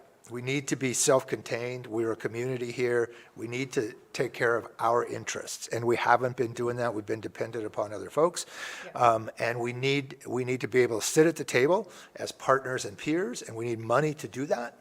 But we also need to extend into the region with the city representing that. And I know Sean has done a lot of that. And like I said, a lot of this stuff is happening, but I'm not seeing it connected in a way where we're leveraging the greatest impact from everything that's going on. And the last thing I want to speak to is funding, because really we have 3 sources of funding on this. We have the general fund, we have grants, and we have the potential sales tax. I'm not going to do the awfulization that Sean did if we needed to come $900,000 out of because we'd still make sure that water came in and liquids left. We'd do that stuff, I promise you. But we would have to make significant cuts.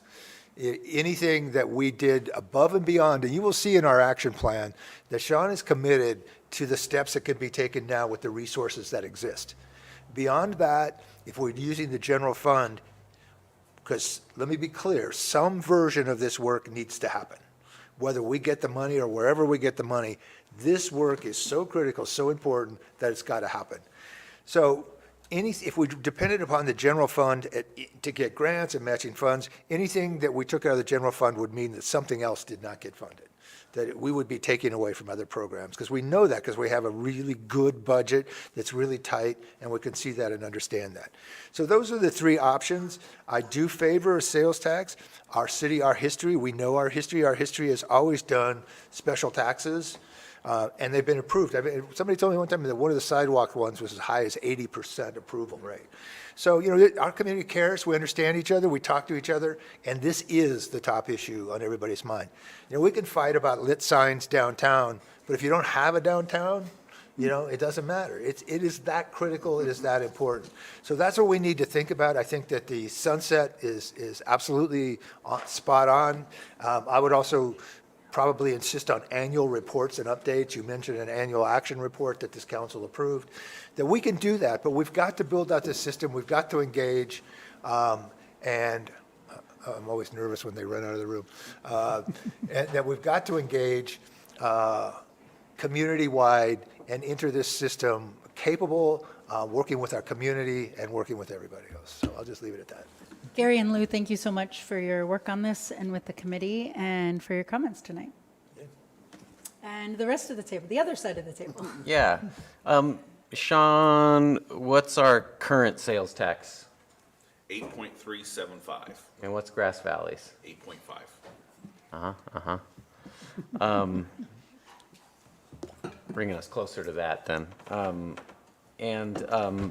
The people collecting this sales tax would be businesses in the city and so forth. So I think it would be worthwhile talking maybe to the chamber to try to get buy-in from the businesses who would be collecting this money. Their customers would be paying a little more, slightly more than they're used to, probably wouldn't even notice. But to get their buy-in, to get their endorsement, that sort of thing, I think would be really helpful for pitching this. I agree with Gary. I think the special tax, half-cent, with the sunset is so totally reasonable for what we'd be getting out of it, that I'm absolutely convinced our city needs. But I think it'd be worthwhile to get input from the businesses who would be collecting the money. Their buy-in, their endorsement, I think would be really meaningful, and hopefully we can make that happen. Thanks, Adam. Let's make a little quick point from the city attorney's office. Tonight is not an action night. The Right. council's been reminded of that. All the council is doing is considering the merits of whether you want to give staff direction to bring this and put this on. So just keep in mind that should the council give that direction to staff, we come back and the council does inevitably approve a resolution placing this on the ballot, it changes the rules in terms of the council or the city's ability to advocate or to market this to the chamber. Individual groups can do that on their own, but as a city body, we cannot expend resources, time, energy on anything but educating, not advocating at that point. So I just wanted to throw that out there. We're not there right now. Yeah. But just in terms of the limitations that we, even as staff, or that Sean and his teams have in terms of really coordinating aspects of it when it's the city placing this on the ballot, we are a little bit hamstringed in terms of the rules that prohibit us from doing that. Thanks, Dean. Thank you, Dean. Thank you, Dean. Gabby, you just learned that, didn't you? Hamstringed? No, about all the elections, right? The Oh, elections. I did. Thank you. Yeah, Oh, you checked the I deed. appreciate when I love hearing you talk about fire. I could listen to you all day talking about fire, so that's great. And I do appreciate your input, Gary, and yours, Lou. You guys have done, and Adam before you. This is a tough one. It's a tough committee, it's a tough issue, and there's not a lot of, straight answers. Let me follow up on Adam's line of questioning. How much room in the tax, how much more can we charge as far as that? Is it 3/4 of a cent that we still have? The maximum is 9.25 without legislative authority from the state. So you'll see in LA places that are 10 1/4, they got, a bill passed through. Yeah, and so what is the maximum for us, and then how much room do we have left? So we're at 8.375, so we go to 8.875. So you'd have the remainder, you could go up another half plus the marginal difference. So what my question would be, and this is for the council, is why wouldn't we leave that on the table? Are we going to do another tax measure for 1/4%? Or that's what would be left, or is it more negligent than that? 3/4. 3/4. Yeah. Well, Close to 3/4. We have a half and 3/4. Okay, my math is terrible. Apparently. Skip that too, because I was thinking if we're going to go to half, we might as well go to 3/4, because I thought that was it, but there's an extra one. Never mind on that. One of the We things. don't have 3/4 after the half. We have, if you did a half, you have a half, or you have a quarter plus the 1.2. Right, which is not 3/4. Right. Just to clarify. Yeah, thank you. Just to clarify. Okay, I got it. But there's still, it's not a negligible amount that would just be straggling. It would be a big, if you're going to go to that, you're saying we're going to go to 3/4 or a full cent, sales tax raise. That's a big ticket. Yeah, you certainly could take up that gap. It would, I have not seen in recent No, history a no. 3/4 cent or a 0.875% percent sales tax. No. I thought we were leaving something on the table. We're not. I think that it's high enough as it is. I agree with the, yeah. No, we're not. But yes, that headroom is available, sorry. Yeah. But I thought it was a much more negligible amount that we were leaving on the table that we couldn't do anything with later. But I do agree with the sunset. I do agree with the special tax. I think that's, we prove it ourselves. What was the percentage of money we were going to get from the county? They were going to kick us back, how much? It was about 750,000? No, right around 375,000 all in the MOU out of the roughly 900,000 they would have derived from Nevada City sales. That's a big tax on our tax. Yeah, and so what we were saying this is, before, why aren't we doing this, we should do it, we should keep our money, use it at home, I like the county's effort, but, I think we can do it better without, any problems that we ran into. Talk to me a second about the priorities. So at first, the committee is going to be setting the prioritized areas for mitigation, let's say, right? Well, we're not going to prioritize. You're just going to put them on. We're going to list the action items. It'll be up to the council and staff to prioritize. Okay, but them. you're not going to suggest which ones might be? It's very simple. Public life first. Anything that Oh, addresses yeah. public life first, then property. That's your priorities. Yeah, So but- that means evacuation and saving life comes first. No, we are not setting, we're careful not to set priorities at this point because there's so much need. Sure. And there's so much in the community. That's where the problem starts. And once you start to live into a plan like this, you're on shifting ground. It's going to change. You're going to learn. You're going to adapt. Yeah, we don't want to carve the priorities in stone. Oh, yeah, no, But I just was a little unclear, so. But I would read say, it. Doug, I mean, that one of the things to really think about is the city right out of the gate has got a $400,000 need for vegetation management. Oh, yeah. And that's the first year. Second year and every year after that is going to be between 100 and 200 to stay on it. So that is going to be a big priority. Other than doing the evacuation and making sure that people are going to be safe, right? We've got to get a handle on our fuel load. And the other piece of it is education, where people need to take responsibility for their own fuel load and the hardening of their homes. Those are the priorities, pretty much the priorities. A lot of education and outreach, that's one of the huge things. Vegetation management, home hardening. Yeah, and to the gentleman's point about the inspections, now, we're very, very thankful for Chief Goodspeed for doing what he did, and he did the whole town, and, I don't think he could have, it would take it a while to do the whole thing properly, but, I also ask about enforcement. What is our stick? We have the carrot, what is our stick, for enforcement? Are we going around and working with the people? This is what the new position would be doing, right? Is working with community members to say, hey, you got this problem, you need to fix it. If you can't, let's talk about a solution.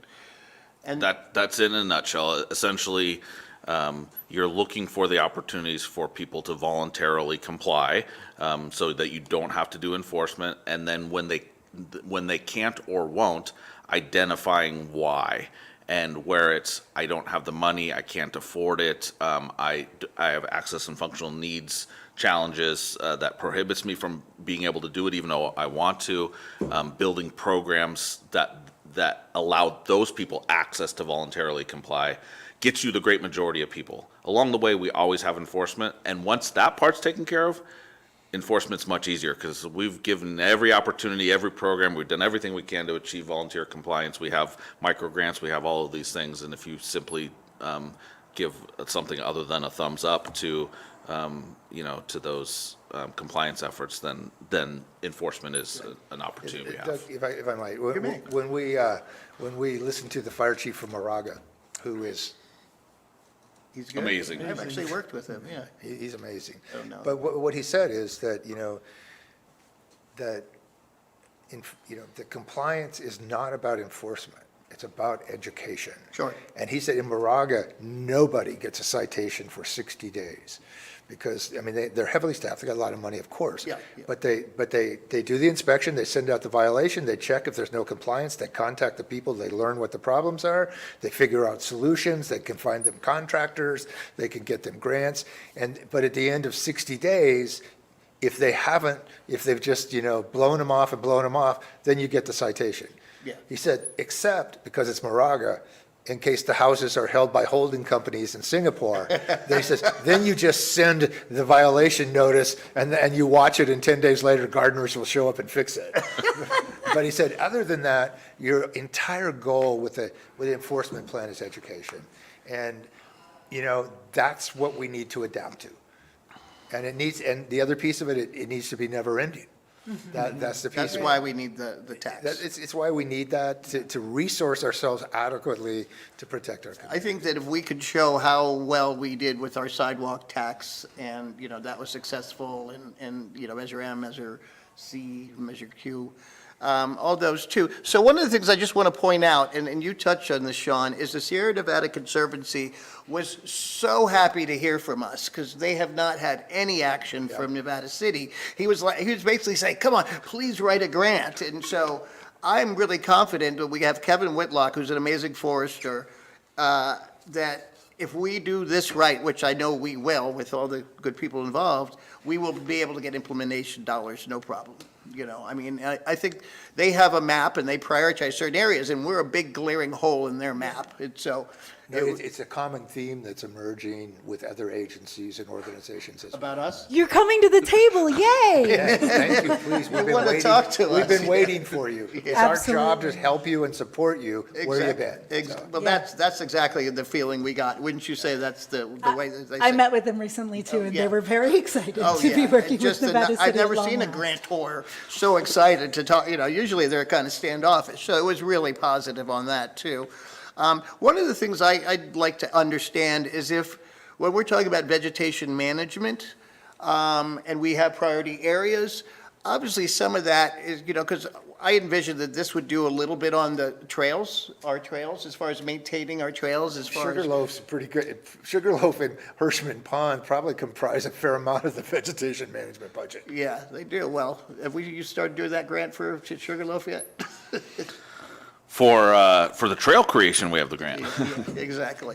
But anyway, just, how is this, obviously it's up to us to a certain extent, but can this be structured to deal with like vegetation management that overgrows on the Tribute Trail to keep it as a mean of, egress and ingress, and also just to keep it functional?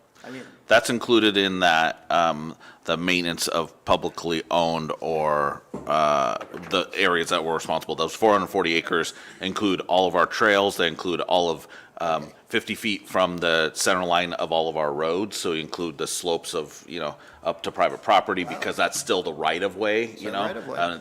And a car can start the grass on fire. It includes, our water treatment facility, the environs, Sugarloaf, Hirschman's Pond. It includes, all of the properties and Surrounding that are owned by the park city, areas. the park areas. Essentially, everything that abuts the highway is owned by the city of Nevada City. Little pieces of land off of Sacramento Street and, Boulder and everywhere else you go. Great. And then one of the big things I hear from community members the most, aside from what are you doing about fire, what are you doing about fire, what are you doing about fire, is evacuation route planning. And so that has to be, the amazing Nancy Weber, who was a force of nature, and she single-handedly made sure we got this thing done. She talked to me about the evacuation route issues, and you've pointed them out. People are not going to go where you expect. And so, if that can be something that's carved into this, I believe it's on the list, right? yeah, it is. But, that it's, I just want to make sure it stays there, so I'm advocating. Doug, so Nancy made sure that it did. She did it again. She's on the committee. But I would She's like to on say the that, so evacuation for me is one of those symbolic issues in this huge topic, because everybody will tell you that there's evacuation routes out there. They'll tell you that Code Red's got them. Everybody will tell you that. Nobody knows what they are. Some people know what they are, but believe me, I hear this one in my house all the time. Where would I go if there was a fire? Where are the shelter in place?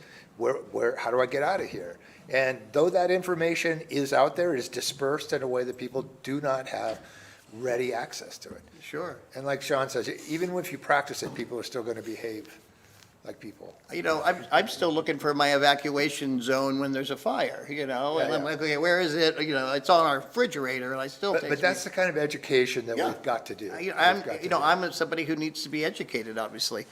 And then I do want to throw a plug in for the urban forestry thing. I do hear about that a lot, too, as, you know, we, you know, it would counterbalance some of the stuff that PG&E does to people's yards and lands, if we could designate some priority, you know, some priority trees and How many, things like how many city trees you think we got?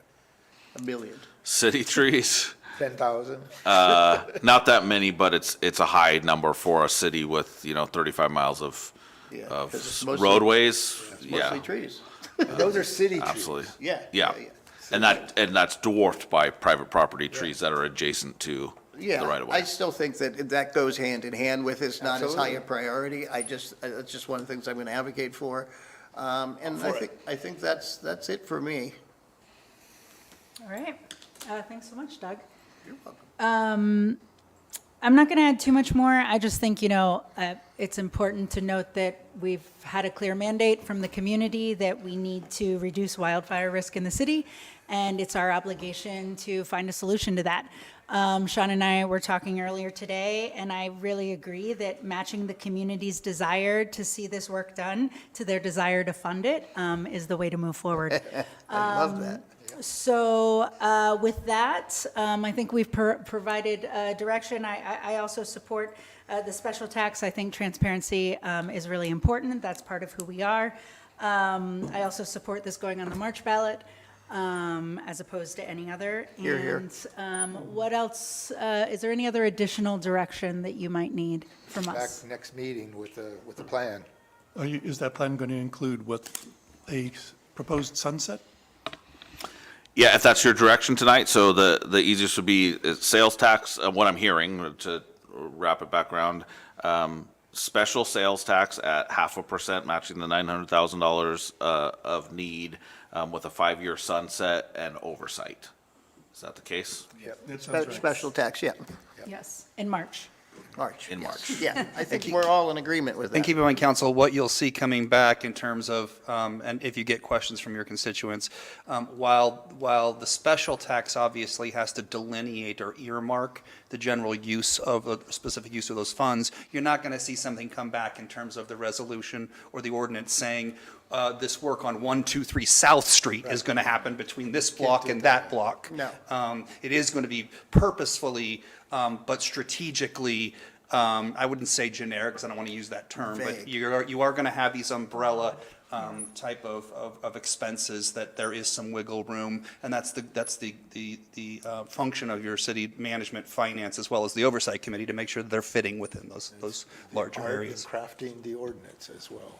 Great. Thank you, everybody, for the robust conversation, both people in the room, online, and at the table. Sean, that presentation was fantastic. Thank you so much for the clarity and transparency with that. We're going to move right along to agenda item number 9. Madam Mayor, could I Yes. request a bio break?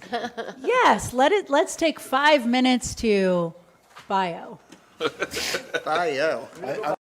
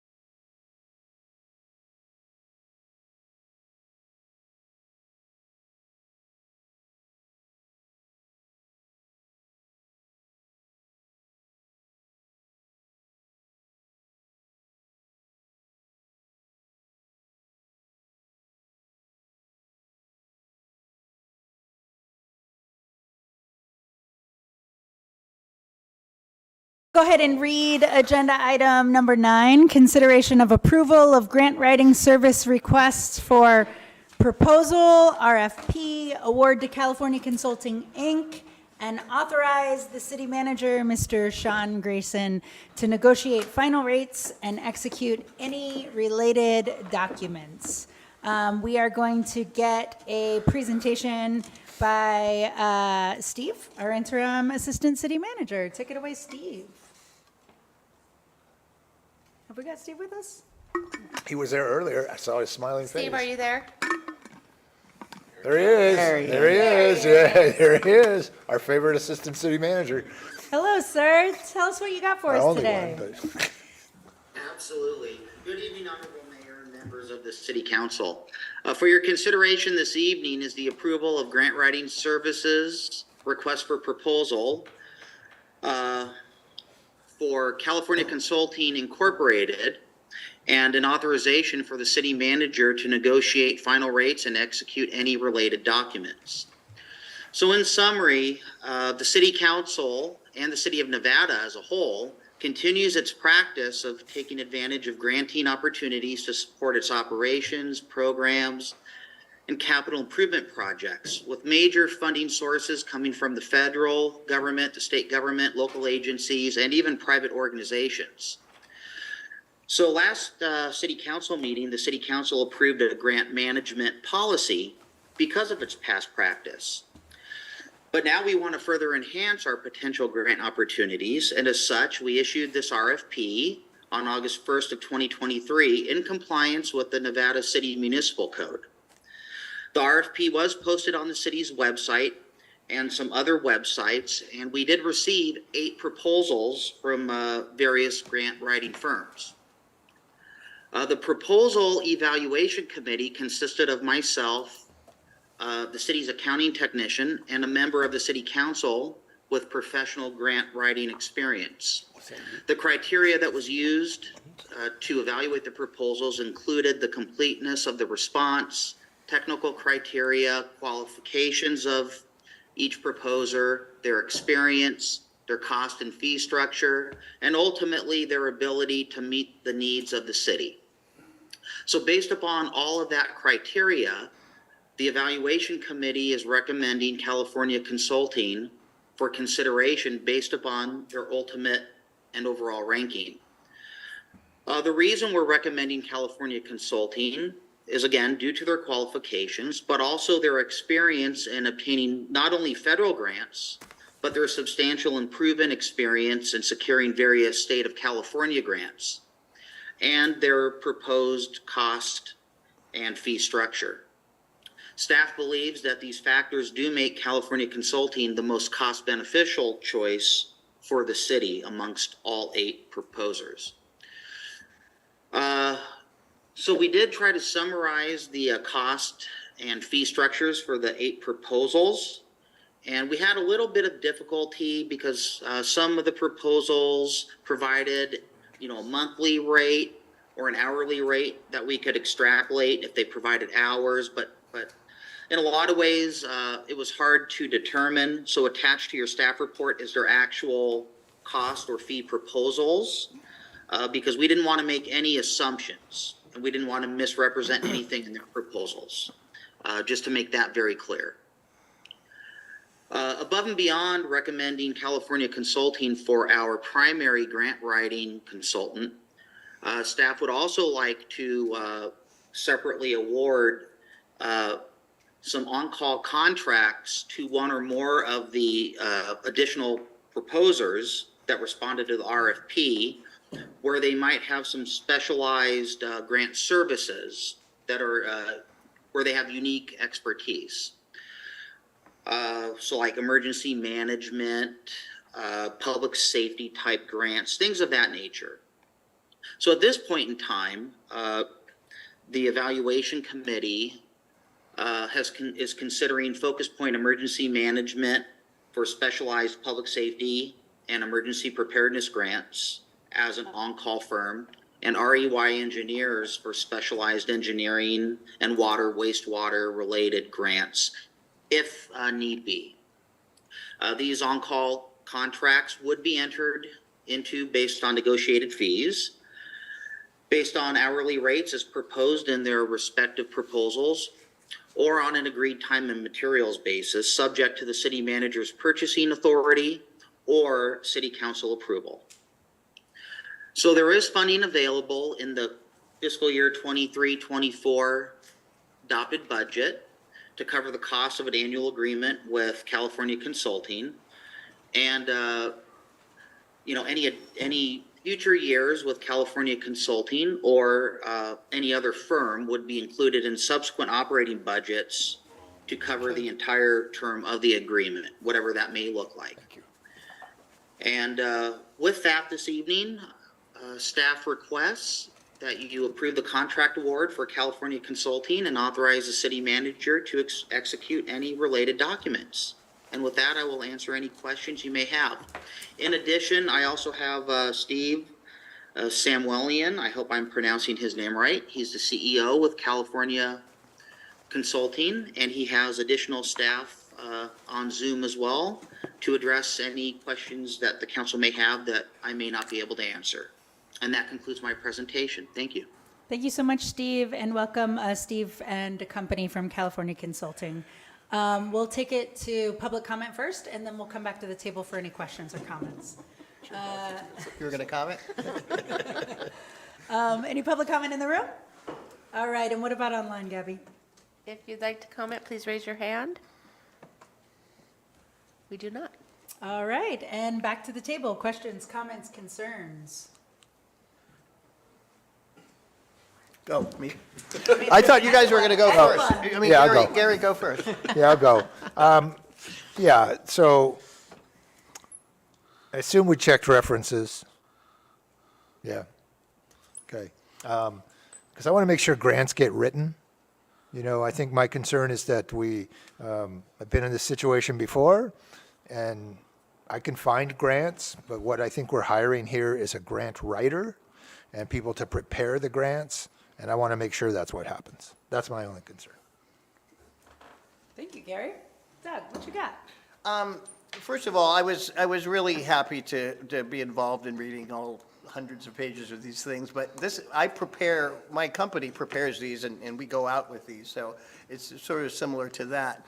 One of the reasons that I really like California Consulting is, we did get 8 proposals, but most of them were from people from out of state. And, and they would talk about federal grants. We're going to be mostly playing in the California, grant field because of our size and just the competitive nature of federal funding. I'm sure we could, with California Consulting's good help, we could, win some of those projects. But it was really important for us to have a company that understands California grants, and California granting agencies. And I think California Consulting does. Another factor that really helped me, other than the way they scored and everything, is the fact that they're doing grant writing for the county. They actually just worked on a joint grant that was for our Vets Hall and Grass Valley's Vets Hall to repurpose them as climate resilient, shelters and other things like that. And so, they're already working with the county, and it just makes so much sense. When I have a county that I'm working for, and then I work with one of the cities in the county, it's just so much better. You have so much more vision of what they need. You have a much more understanding of how they can collaborate and how they can leverage additional funding resources. So it wasn't that hard to pick California Consulting, and I've heard some things about that. I've heard some complaints about California Consulting. And I had to drill a little deeper and figure out where they came from and what they were about. One of the comments was, we pay them, X amount a month as a retainer, which we are proposing to do, and they tell us what grants to write. I think we have to make it clear here that we were going to get research and review and prospecting work, but I just want to understand if the additional grants are what they cost, and I have a little idea, but I'd like everybody else to understand that. And then we should account for that in next year's budget, because it's not going to just be $42,000. Each time we write a grant, it's going to cost, 5 to 10, 15 grand, or, there's a range, especially based on the complexity of the grants. So I just want us to understand that we're going to be, the thing that they're doing for us, that Sean, staff, and I can't do, is they look at every grant that comes out, and they can tell us. You know, I send Sean grants all the time. Most of them aren't on point. I say, hey, take a look at this. Now we're going to have a company that gives us a list of vetted grants. You know, we're going to find this out, certainly. You know, there's an evaluation period, and, you know, we can certainly get out of the contract. But they're going to be able to give us a list of grants that we haven't necessarily seen, local, you know, various federal agencies, and, you know, they have their finger on the pulse of that stuff. That's what the research that I found out when I talked to people. And I also talked to a certain gentleman who worked with them for 8 years in Laguna Niguel, and, you know, had nothing but decent things to say about him. So, yeah, Steve. That was Steve. But we had, you know, I had to talk to, you know, there was a concern mentioned by one of my colleagues on the table, and I had to research that and make sure that that wasn't an issue for that person, and it doesn't seem to be. So I really feel comfortable with this. I'm in heaven that we actually have a firm that we're going to use for grant writing, and I don't have to write the grants for free anymore. So, not that I mind it. I really enjoy getting money for us, but this is going to leverage, I guarantee you, we will have more in grant funding next year than our budget. So, I think that's a goal. We'll take it. Yeah. Doug, thank you. Pretty small. I know. Doug, thank you for your additional work on this and your efforts towards helping to find the right contract.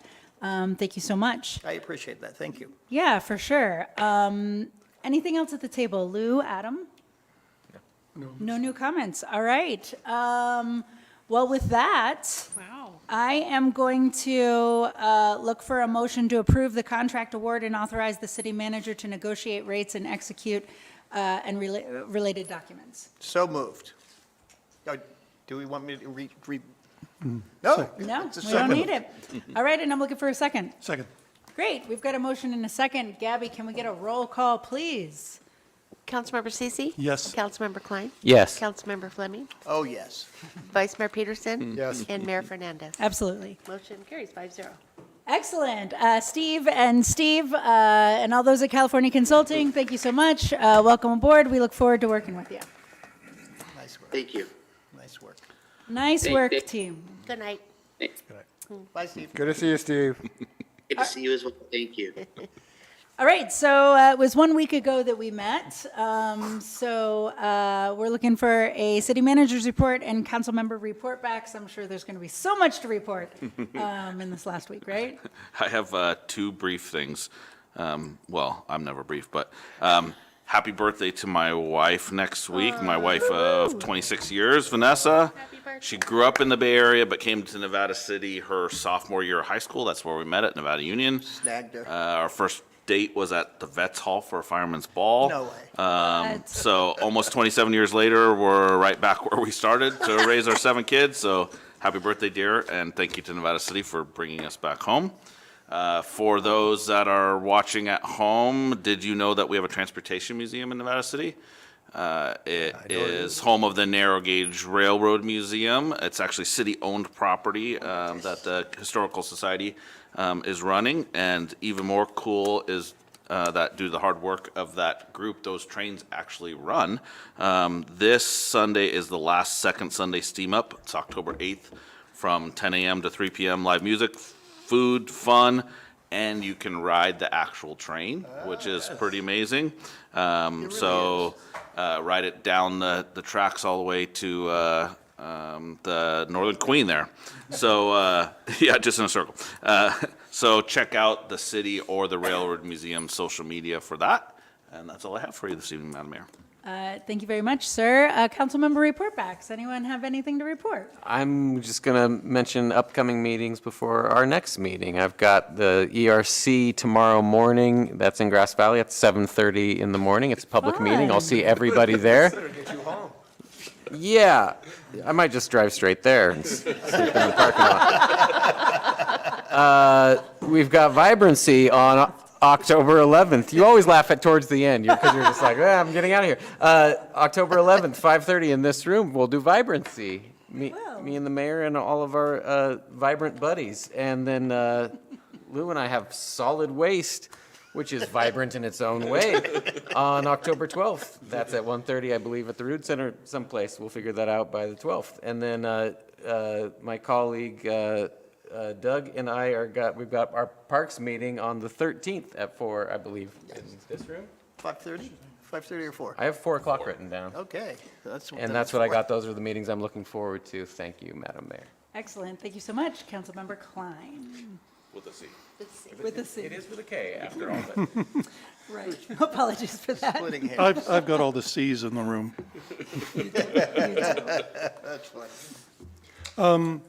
I am leaving tomorrow morning at 5 a.m. for the return trip to Benton, Illinois, celebrating the 50th anniversary of the first class I've ever taught in high school.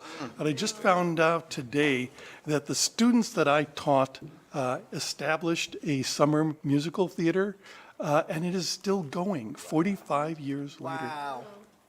And I'm looking forward to seeing them all again. Fantastic. Yeah. Enjoy that trip. Thanks.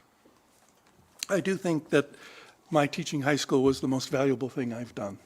Well, I can honestly say that being in high school was one of the least valuable things. That was more about me.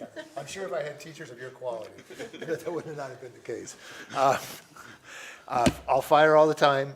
Special meeting Thursday night to look at the action plan. Whole focus is on advancing some version of that action plan to your council. We're holding it on the 12th because it will go into the packet on the 13th and then be with us for our meeting on the 18th. So did I get that right? Most of those dates are right. So that's what we're up to. A lot of work on that with the committee. And yeah, that's that. And watching the leaves starting to turn color. Oh my God, it's so beautiful. Yeah. Yeah. Check out above the park equipment over by Siemens Hall. They're going flame red already. I love that. Flame red. Doug, anything? I'd just like to reiterate my colleague, Councilmember Klein with a K, urgent, invite to the Parks and Rec meeting on the 13th at 4 p.m. We're going to be talking about skate parks, and, you know, hate them or love them, skateboarders are around, and we need to do something I know, I live to next to 'em. help things. Yeah, they're ruining parts of our city. One way to solve this is through a skate park. So, anyway, please come to the meeting if you want to talk about skate parks or anything else, Parks and Rec. That's great. I'm so excited to hear that you guys are moving forward with that. Have you made efforts to reach out to the schools and to students, to young people? I have Seven Hills dialed in, but I haven't Got it. reached out to Sale would love to Yeah. be a part of Let that me- for let me- sure. Let me get Sale involved, too. Yeah, please do. I've sent them stuff before, but I'll do it again. Thank you. And also Holly Dilly at Crush, Nevada Yeah, City. yeah. I'm sure that she would love to be in on the conversation. Yeah. Crush the she's- location. Yes, Crush has a new location. The old door to the Foxhound, next door to the Good Morning Supply Company. Really? They're in the Yes. National. Yes, they are. Oh, that's a move up. They are also helping with an indoor roller rink party for for Halloween. There's going to be a pop-up roller skating rink party on Halloween. Yeah. Great. And then Doug and I have not forgotten, along with Sean, we are working to schedule our Housing Committee / HEW Building Workshop that is likely to come in early November, just because of, pulling all the folks together. Scheduling takes a little bit of time sometimes, so we'll be communicating that soon. And with that, I'm looking for a motion and a second to adjourn. I move we adjourn. Yes. You beat me. Great. And a second? Second. Second. All those in favor? Aye. Fantastic. Let's I get just out want of you here. all to know